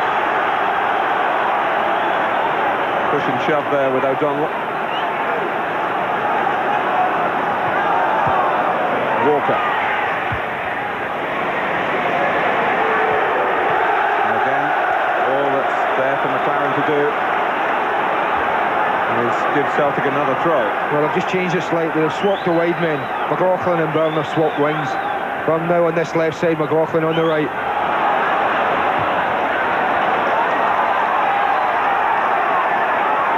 Well, these are manful efforts by Celtic to try and get level. Galloway. Ferguson gives it away to McStay. Early cross met by McLaren defensively. Collins trying to get into a shooting position. Hits bowling. Well, there's some desperate defending going out there, Mark. They just can't get hold of the ball at all, the home side.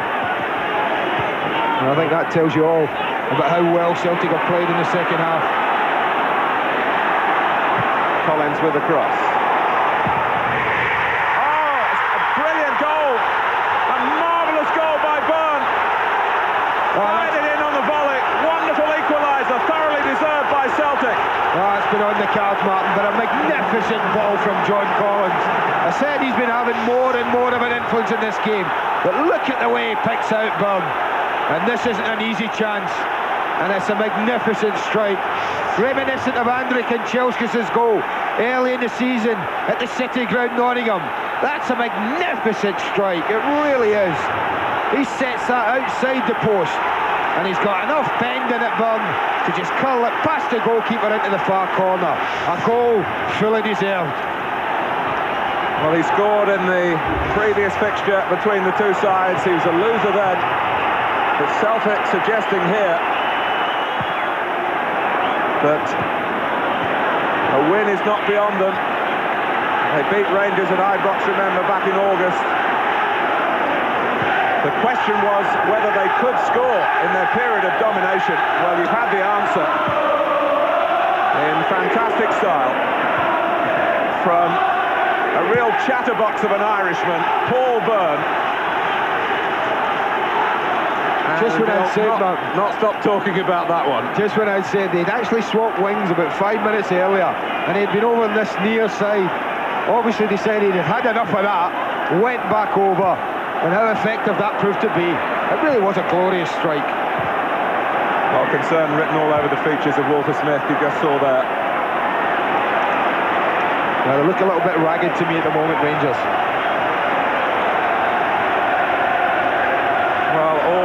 Traditional support behind Rangers, but the rest of Scottish football you feel supporting Celtic to try and rein Rangers in. A win here for Tommy Byrne's team.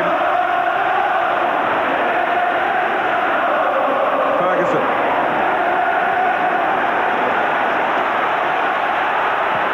Here's Robertson. Halstra. Rangers provoked into some attacking of their own. They've got a free kick. As an offensive force, they've not been conspicuous in the second half. Basil Boli is in there. He's grabbed many a goal in French football. Well, we can look at this goal, I think, again and again. It's just the way that John Collins works the space mark, looks up, and this is a pass right out the top draw. Look at that. And so is the strike. Look at it. It starts about a yard outside the post. And he's every right to be pleased about that. Every right. A glorious moment for Byrne and for 7.5 Celtic fans in the stands behind that goal, who saw it all at close range. And here comes O'Donnell and Walker. McLaughlin to the left. No free kick given. Walker's furious about that.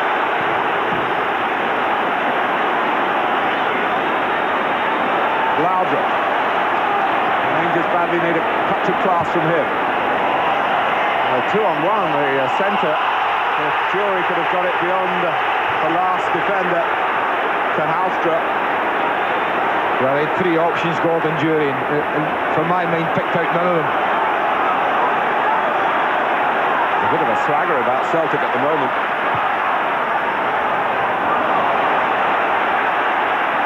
It's a trip on McLaren.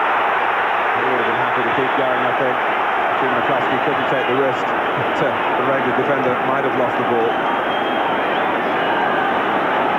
There's a game on now, and Walter Smith will know that.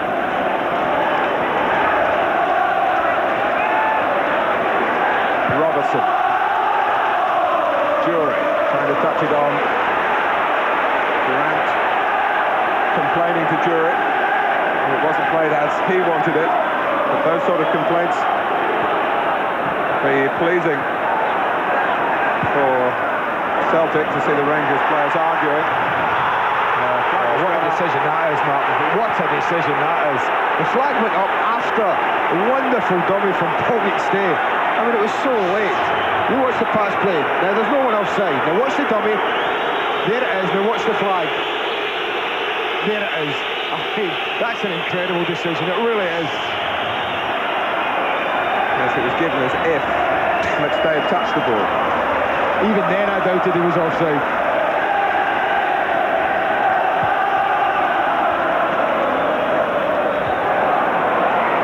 Boyd has done very well in the centre defence, winning the header again against Jury. Here comes Collins. Celtic really sensing that this is set up to be their night. Collins again, plenty of options for him. McLaughlin with the cross. Calmly dealt with by McCall, but it only went as far as McStay. Well, if Rangers don't stop the mid-3, that's McStay, O'Donnell and Collins from dominating the game, Martin. I think they'll lose this. They're totally dominant in midfield at the moment. Collins and McStay in particular on the ball.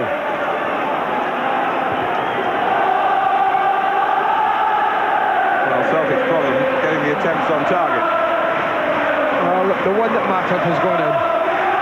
The fourth official taking issue with Archie Knox and Walter Smith, who were angrily trying to get some messages, really to pep things up front. It seemed the area of the team that they were calling to, Gordon Jury in particular.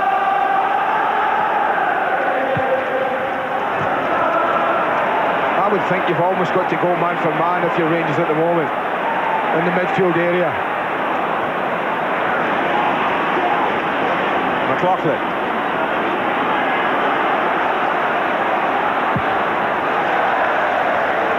Well, the signs were there for Celtic in the first half, but they went in a goal down. Tommy Burns very frustrated by that, but there's been much more fulfilment from his players in the second half.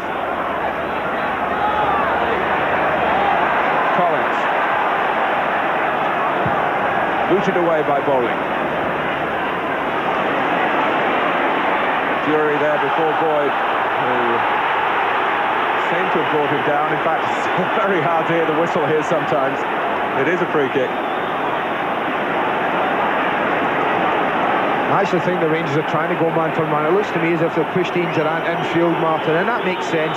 Someone's got to pick up O'Donnell, someone's got to pick up Collins, someone's got to pick up McStay. That's just to get back in the game. As I say, if they allow the Celtic trio to dominate it in that area, then they really will make them pay.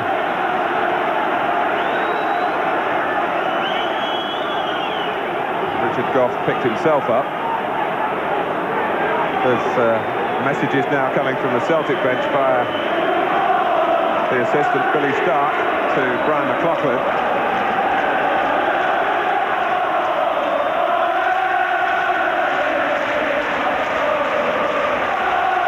Well, this really is poised here. Rangers, the form team with all the fans behind them, but not playing well. Celtic very much on their game. 1-1 at Ibrox. Walker got the ball. O'Donnell. Walker's up with him. Can he play him through? He went the other way. And Andy Walker raises his arms in frustration. But again, the warning signs are there. O'Donnell joining in quicker than anyone else. And making a real good driving run at the heart of the Rangers defence. McLaughlin behind Laudrup. Foul by McLaren. Well, he's small enough to be mistaken for one of the ball boys, Brian McLaughlin. He's playing a man's part out there for Celtic Football Club. Gray. Galloway.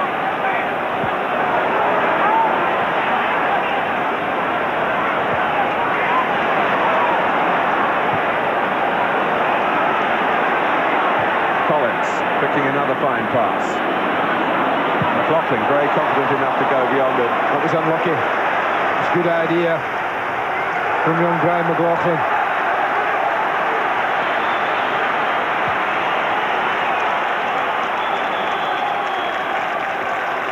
Oh, Richard Goff saying I'm all right. And he's managing the club at the moment. He said no, I will stay, John Brown will wait.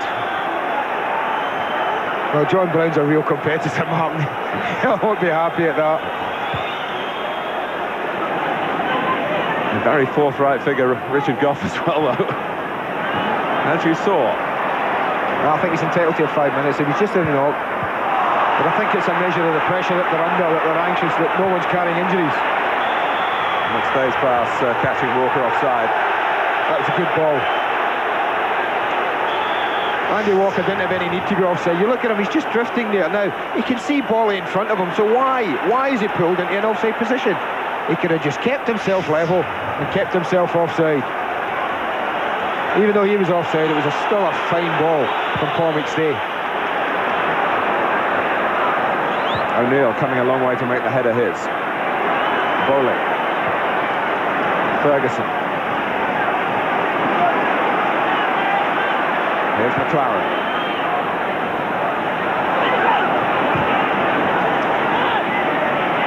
Dragged back from Gray, but a little bit of overconfidence there. Durant. Ferguson.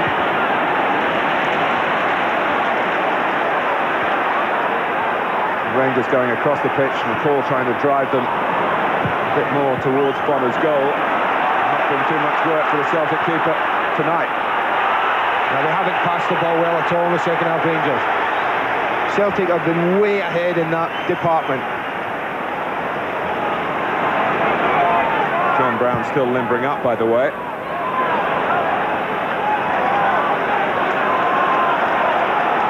I think that's showing it. Domination by the away side.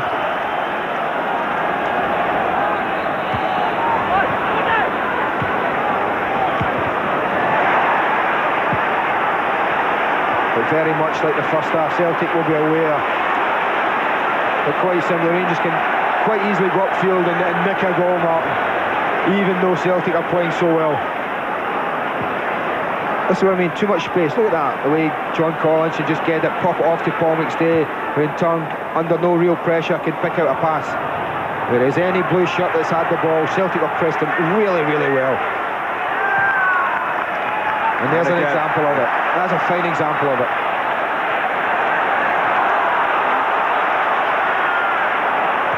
Walker. Bolly played it against Andy Walker, did he? Well, he did. That to me. He did quite simply. Good movement again, the way off and it comes across. Well, he might have played it off himself, Mark, to be fair. may have done the linesman an injustice. He was front on, and let's say he was in the best position to see.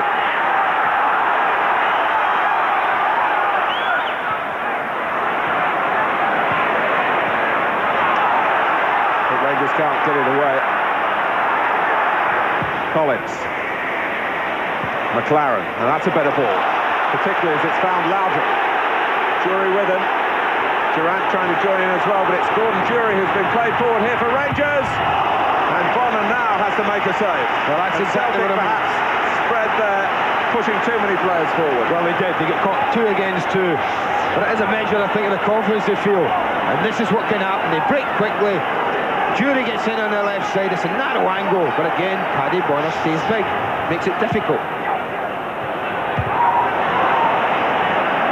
McCall, Ferguson, being told by McCall to keep it going to the right-hand side, but it's behind Durant. That was why the crowd were frustrated.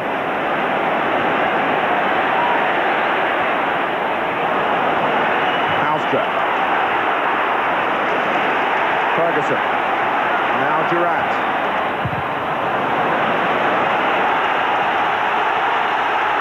Good appreciation of the defensive side of his duties from McStay. Tidying it up on the edge of the area. Just a spell here to suggest that Rangers are beginning to find a second win. Jury. Durant. Foul by him. Well, you would expect Rangers to have some of the game in the second half. It's quite amazing that we've played as long as we have, and all we've talked about is Celtic pressure, Celtic pressure.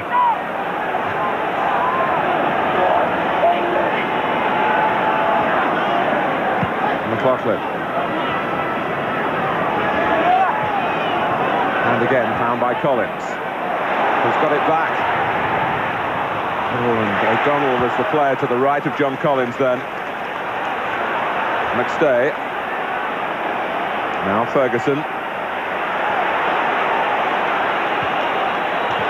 It's a mistake by Goff. It's Andy Walker. And in the centre, not too pleased with his teammate, was Phil O'Donnell.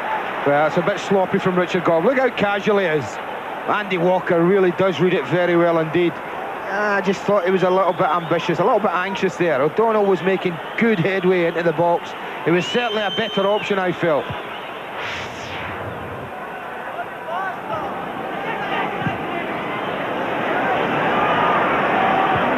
Andy Walker's return to Scotland also took him back into the national side. More than 6 years between his first and second caps.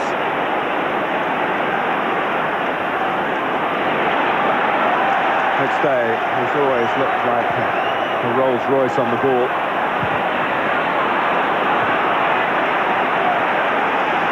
Gray.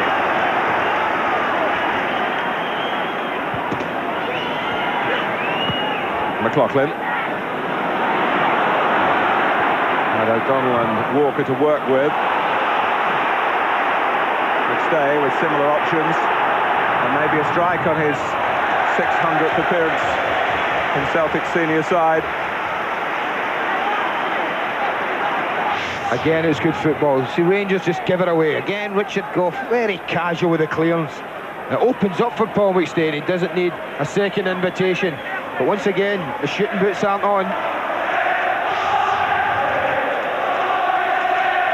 Paul McStay, who's had to live with that missed penalty in the League Cup final. And Celtic were such strong favourites to get a trophy at last against Raith Rovers. Beaten here in the penalty shootout.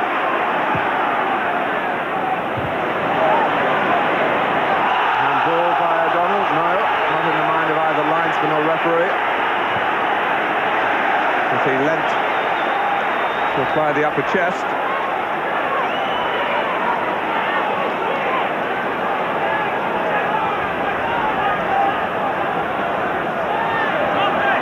Well, you could say a draw would be a good result for Celtic, but they've had too many draws in terms of pressing on up the table.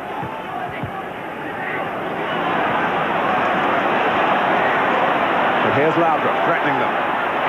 For Jury. Oh, Bonner didn't move off his line initially, as if he thought he was going to get there first. Well, when you've got Laudrup on your side, Mark, he's always likely to open you up. It's a good run from Gordon Jury, but this is a poor first touch.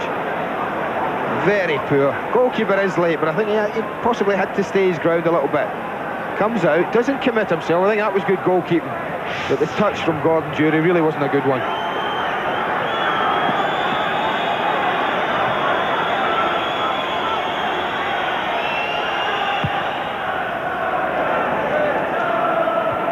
Helped on by O'Donnell. Well, Walker. McLaren got across quickly then. But again, you can see that it's not a happy ship for Rangers at the moment. Gray.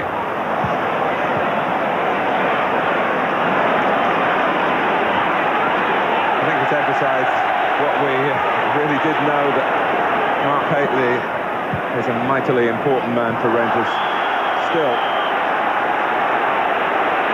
But Walter Smith, knowing that he wasn't quite ready for this game, didn't want to push him and maybe lose him for a load of matches. Laudrup. And Bonner had to look for a route to get the ball out of play then. Well, he certainly wasn't sure whether he could pick it up. It did come off a Celtic player and go to him. Whether it was a deliberate pass back to him, I'm not sure, but you can't take chances like that. Just get rid of it.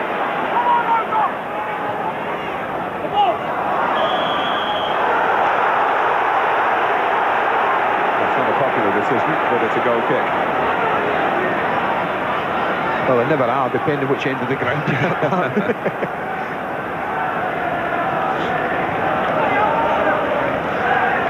Saying earlier, Peter Haustra with the yen for the yen. Will be off to Japan in February.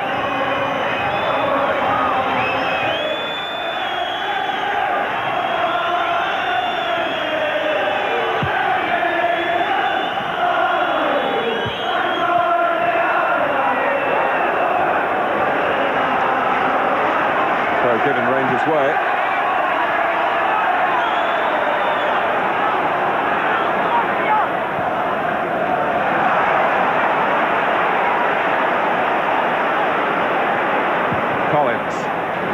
Rangers not able to get to him before he released the pass.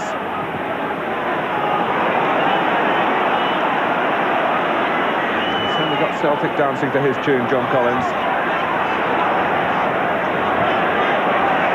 It's good work by McCall.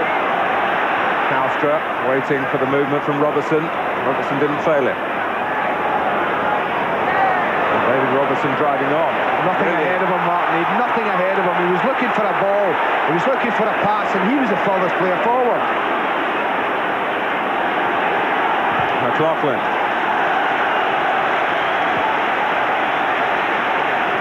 Been very tentative in attack of the home side. The problem for Ian Ferguson is perhaps cramp. I think it probably is.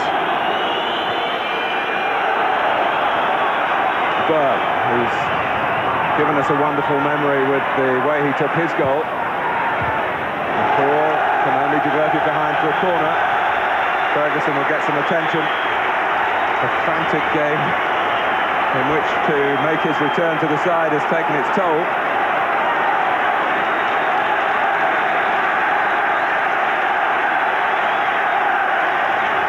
Well, there's a good chance that is camp. They've had to do an awful lot of running around in that midfield. The Rangers players without the ball, chasing Collins, chasing McStay, chasing O'Donnell. He just slides in here. I mean, he doesn't get the ball. McLaughlin just nicks it away from him, but he slides in. And that, well, I'll be surprised if it's anything other than cramp, Martin. Well, they've loosened the tightened muscle.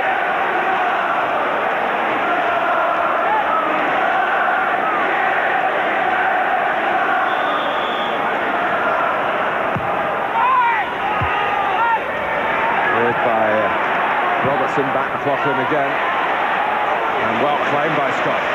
It's a good take under pressure from O'Neill. It's a great touch from McLaughlin. His first touch killed it beautifully. This one's got height now. This one tempts the goalkeeper, and he wasn't found wanting.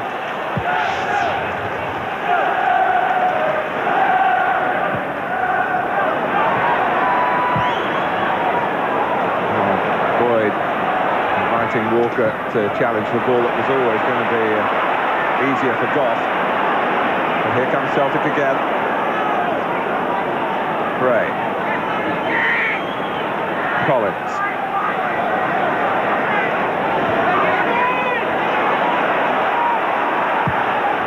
O'Donnell calling for it, and again credit the goalkeeper. I think he realised that O'Donnell wouldn't reach it, but it wasn't going to require a save, and he shepherded it behind. John Brown is coming on, but not for Richard Goff. Ian Ferguson gives way to that muscle that was feeling the cramp. Now Brown is back. Bomber, they call him here. He's had a lot of hernia problems, groin injuries, but a tough, grisly competitor. You talked about Peter Grant being Celtic to the core. Well, there's the equivalent in a blue shirt, Mark.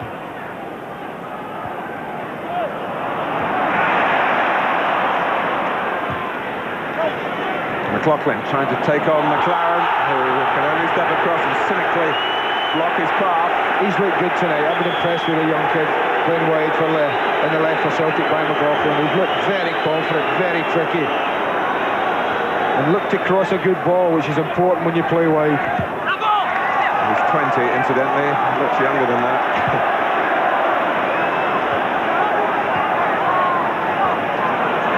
McStay. The link up with McLaughlin. Walker's offside. It's a difficult ball. I just wondered, Mike Galloway's having a little word with Paul McStay. They played the 1-2 lovely, and he just needed to shift the ball, keep it going right. Watch, he plays the 1-2. Now, look at the top of the screen. Look at Mike Galloway. He wants him just to slide it to him, and look at the space he can go into. He opted for the difficult pass, and once again Andy Walker drifted offside.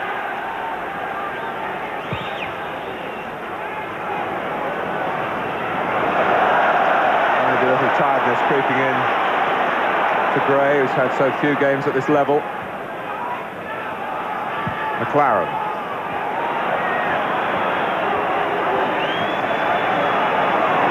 Can Rangers turn it their way? Well, having to go back to go forward. Not a popular decision with the fans.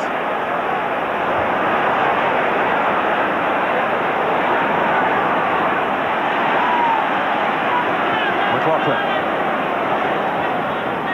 Laudrup in a defensive capacity, showing his sleight of foot. Foul by Phil O'Donnell. He must be so difficult to play against. Trying Laudrup, you think you can tackle him, you stick your foot in. Before you know it, the ball's gone. Laudrup, incidentally, is off for a couple of weeks to play for Denmark in an intercontinental tournament in Saudi Arabia. Something that Walter Smith has to live with, but I'm sure he's not pleased about. Leaves tomorrow.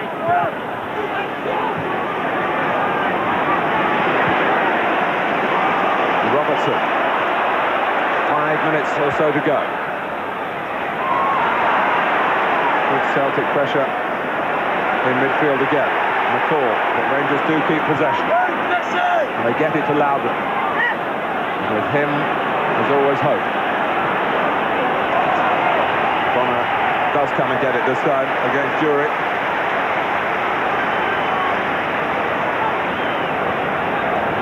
Well, as a club, Celtic trying to catch up with the demands of the modern game.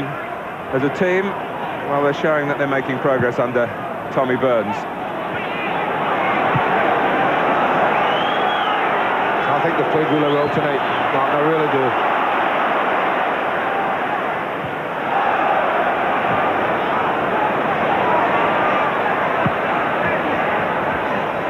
Signs of activity on the Celtic bench.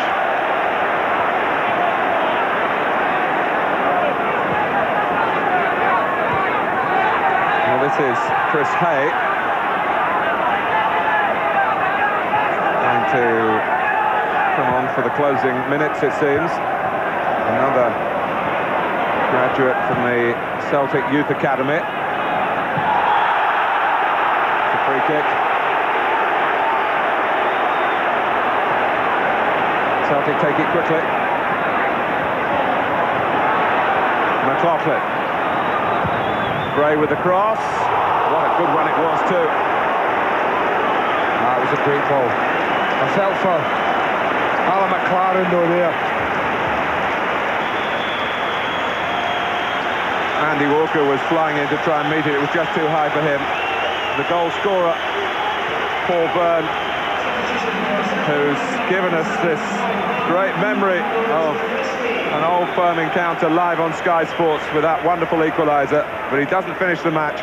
Chris Hay is on. I think that's a reward for the work he's put in, Paul Byrne. I think he's worked his socks off, and I think he's probably just shattered, and they want fresh legs on for the last 2 or 3 minutes.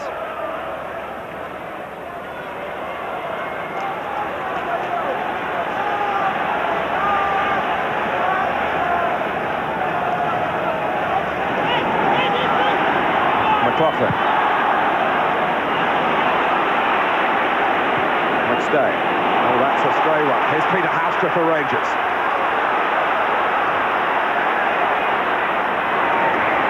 Supported by Robertson. Brown had gone to the near post. Rangers still have it with Laudrup. Oh, and Bonner's lost it. And he saves the second time. Celtic still haven't got it away. It's Laudrup again. Celtic confusion. And it's a corner. Bonner bombarded by Laudrup, and I think Ian Durant as well. Yeah, it was Durant getting in the rebound. He can't get a hold of this shot. In comes Durant. I wonder, could he just nick it over initially? He can't. He takes it wide. Bonner does well second time round. And then Stuart Gray got very sloppy.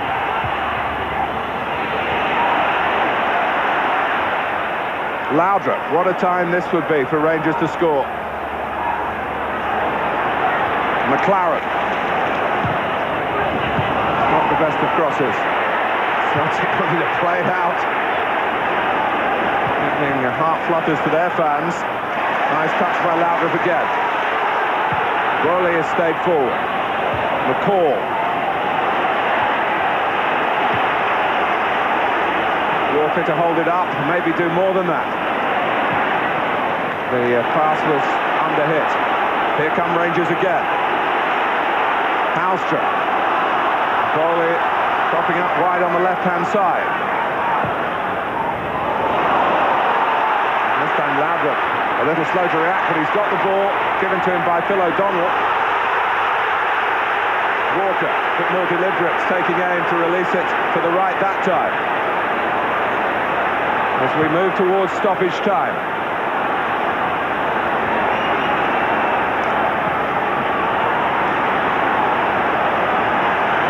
O'Neill.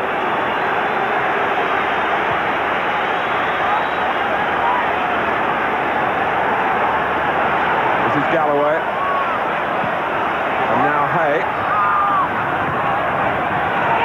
Oh, he kept it in. And the poor clearance by Goff. Suddenly, hope of a winning goal for Celtic. Jury. No, it's just anywhere for Rangers at the moment, Mark. Just desperate defending. But coming after a spell of pressure, and Bonner had to make some saves. Durant. How much will Jim McCluskey add on here? It's a fight to the finish.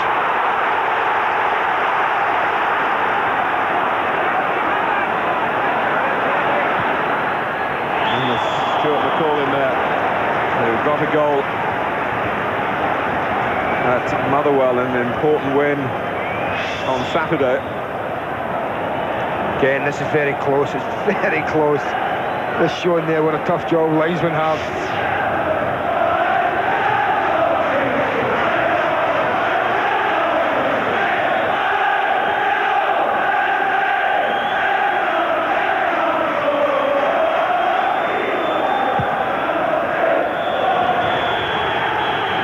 Celtic have stood restored their corner in the New Year derby. A big boost for Tommy Burns, his players and their fans on a big night. They played very well. They thoroughly deserved their equaliser. A superb strike by Paul Byrne after Rangers had scored in the latter minutes of the first half through Ian Ferguson. Richard Gough somewhat subdued at the final whistle. It's been that sort of night for Rangers. Equality on the scoreline on the occasion when Glasgow is so divided. It is Celtic's 11th draw in 19 league games this season. That's not a great help. Now it's 3 points for a win in Scotland. But they'll be proud of this one. Rangers do extend their current unbeaten run to 10 matches, and their lead at the top of the Bells Premier Division to 11 points. And we've had one win apiece and a draw in the 3 Old Firm meetings this season, Andy. Yeah, and I think it's a draw that will, I think, please Rangers more than Celtic. I think the disappointment in the Celtic players coming off was that they didn't win the game. You can see from both sets of fans who are the happier. Undoubtedly the Celtic fans as they leave. But I thought Rangers, on looking back at Walter Smith, will be fairly pleased to get a point out of this game, Martin. Well, the final score, Rangers 1, Celtic 1. And let's join Nick Collins.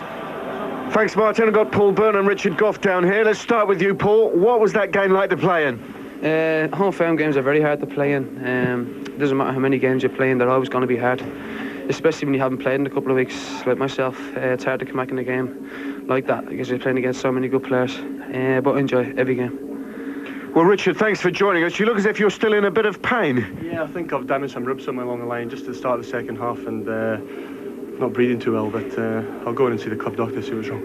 Just briefly, honours even, do you think it was a fair result? I think so. I think scrappy first half, and maybe we had the better chances, but Celtic definitely had more of the ball in the second half, and I would say fully deserved the draw. A more positive performance in the second half, capped by that goal of yours. A splendid time to score. Yeah, it's always good to score in a home fair match, especially Frank Connor. One of the club coaches is always saying, get yourself into the back post and you'll always score goals. That clipped my mind as I come across this here the first time. And you see this went in the corner. A wonderful strike. Drawing too many games has been part of your problem in a way this year, but I suppose you'll be fairly pleased with this one. Yeah, we've drawn a lot of games this season, but you never mind drawing the whole firm game. It's always a bonus if you win. But I think the boys will be quite happy with the performance tonight. Richard, it's now, what, 11 points that Rangers are clear at the top. Is this a sign that your domination is going to continue? Well, hopefully. We've had a good Christmas period. We knew we were playing Hibs, Motherwell away, and then Celtic at home. We managed to pick up 7 points out of the 9, and we're quite happy with that. I mean, we're missing quite a lot of players. Actually, we're missing Ally McCoist, and we're quite happy with the way things have gone. All right, thanks for joining us, the pair of you. Well done. Well played. Thank you. Yes, thank you, Nick. So, honours even at Ibrox. Rangers 1, Celtic 1. Plenty more to come yet. When we come back, the thoughts of Frank McAvenny and Terry Butcher.